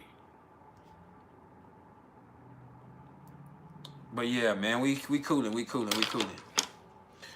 So if anybody's interested in any astrological readings whatsoever or numerology, don't get at me in these comments. Get at me in my email, which is mr.turner1300@gmail.com. That's MR.TURNER1300@gmail.com. All right. I love y'all. I appreciate your support. If anybody has anything else they need to say, speak now or forever hold your peace. Because I might be back tomorrow, but I might not be back till next week.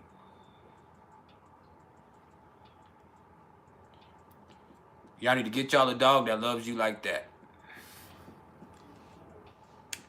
Everybody has dogs, but their dogs don't love them like that. My baby loves me. Come here. Get up here. Get up here. Bring it. Bring it. Get it. Here. This is what he wants. He wants me to play with them. Do y'all ever notice, like, does your dog manipulate you? That's what he wanted. He got up on my lap, not because he loves me, but he wanted to butter me up. He wanted to kiss on me and love on me, so I would play with him with that fucking rope right there.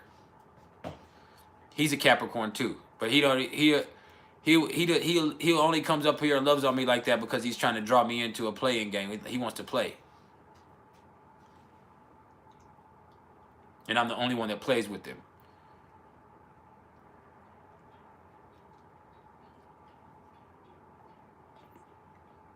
Alex Smith, I don't know. You got to deal with why you're making delusions in your mind. I'm not even playing about Diddy anymore. Diddy's a piece of shit. Diddy isn't even worth playing about.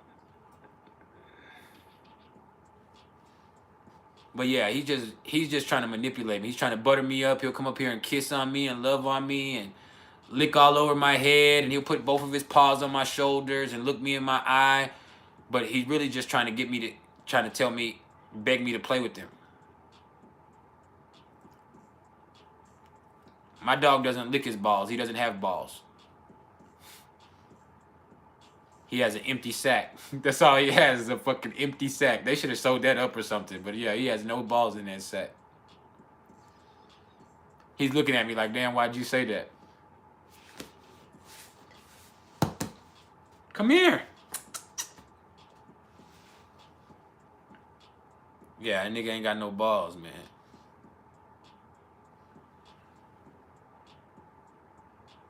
You just has a fucking empty ball sack. I don't know why they left the sack, though. Do they always leave the sack? Because this nigga ain't got no ball. Like, it's just a sack. Just like a little empty coin purse. Yeah, he's staring at me in my face right now. He don't want me saying that. What? It's true.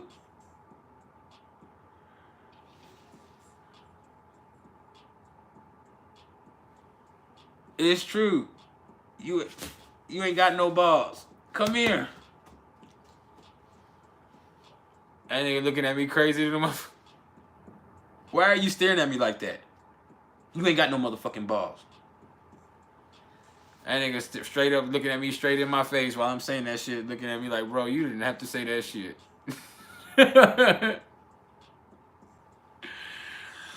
For real. Like, bro, why the fuck is you looking at me like that?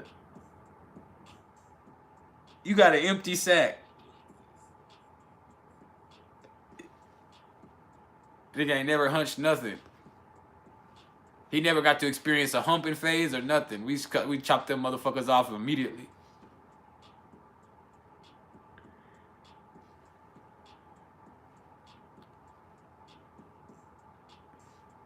What, Chief?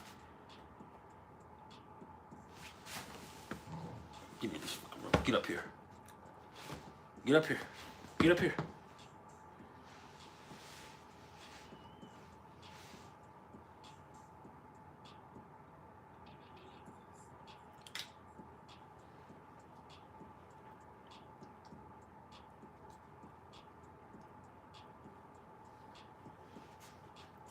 Yeah, y'all be thankful, man. Or be good. I love y'all.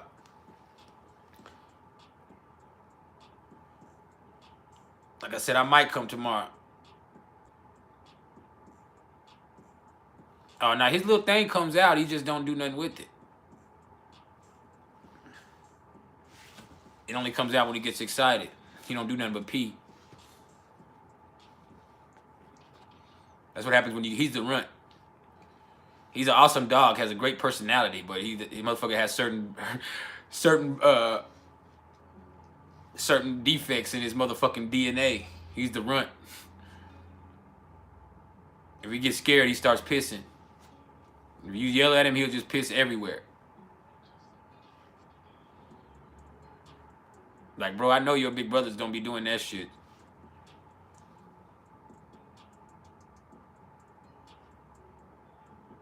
Yeah. Nigga has a sensitive stomach. Well, most white dogs, when they're all white like he was and they have that pink skin, they have a tendency to have stomach issues or skin issues. But yeah, this motherfucker has to eat specific food. If you do not feed him that shit, that shit'll fuck him up. He breaks out in hives. Like, he's not no hood dog. We used to have a half Great Dane, half Mastiff. And it was an outside dog. That motherfucker was huge. He's Tux.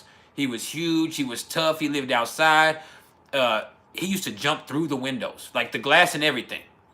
Like, it's nothing to have him in the house and you just hear a big crash, and our dog had jumped through the motherfucking window. Like, he did that shit regularly.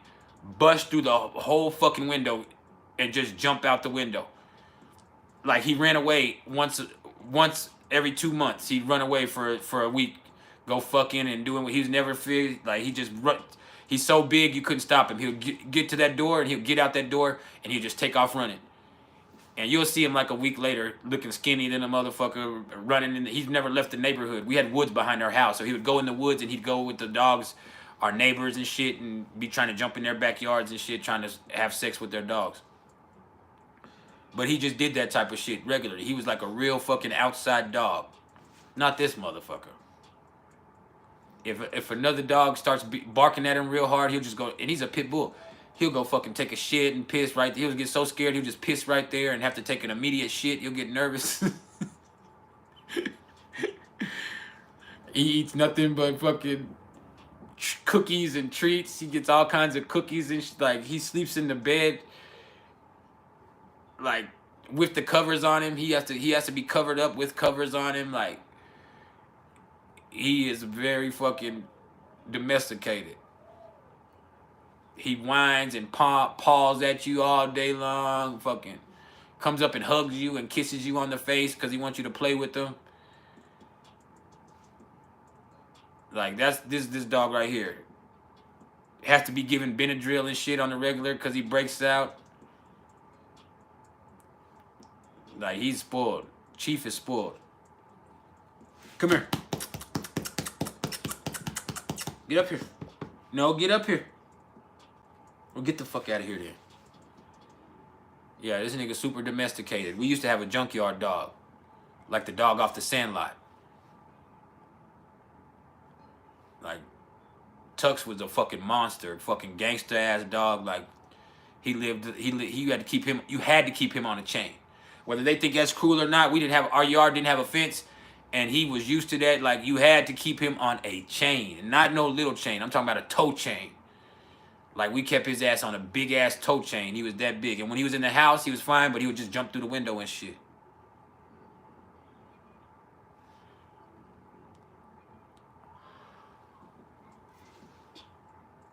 Nick Dalton, I can, but I don't regularly.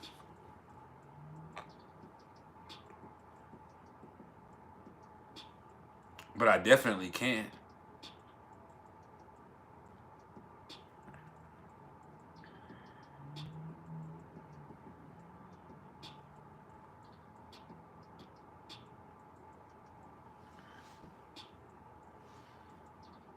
But not Chief. This motherfucker's special. But I'm out, y'all. I love y'all. Bye.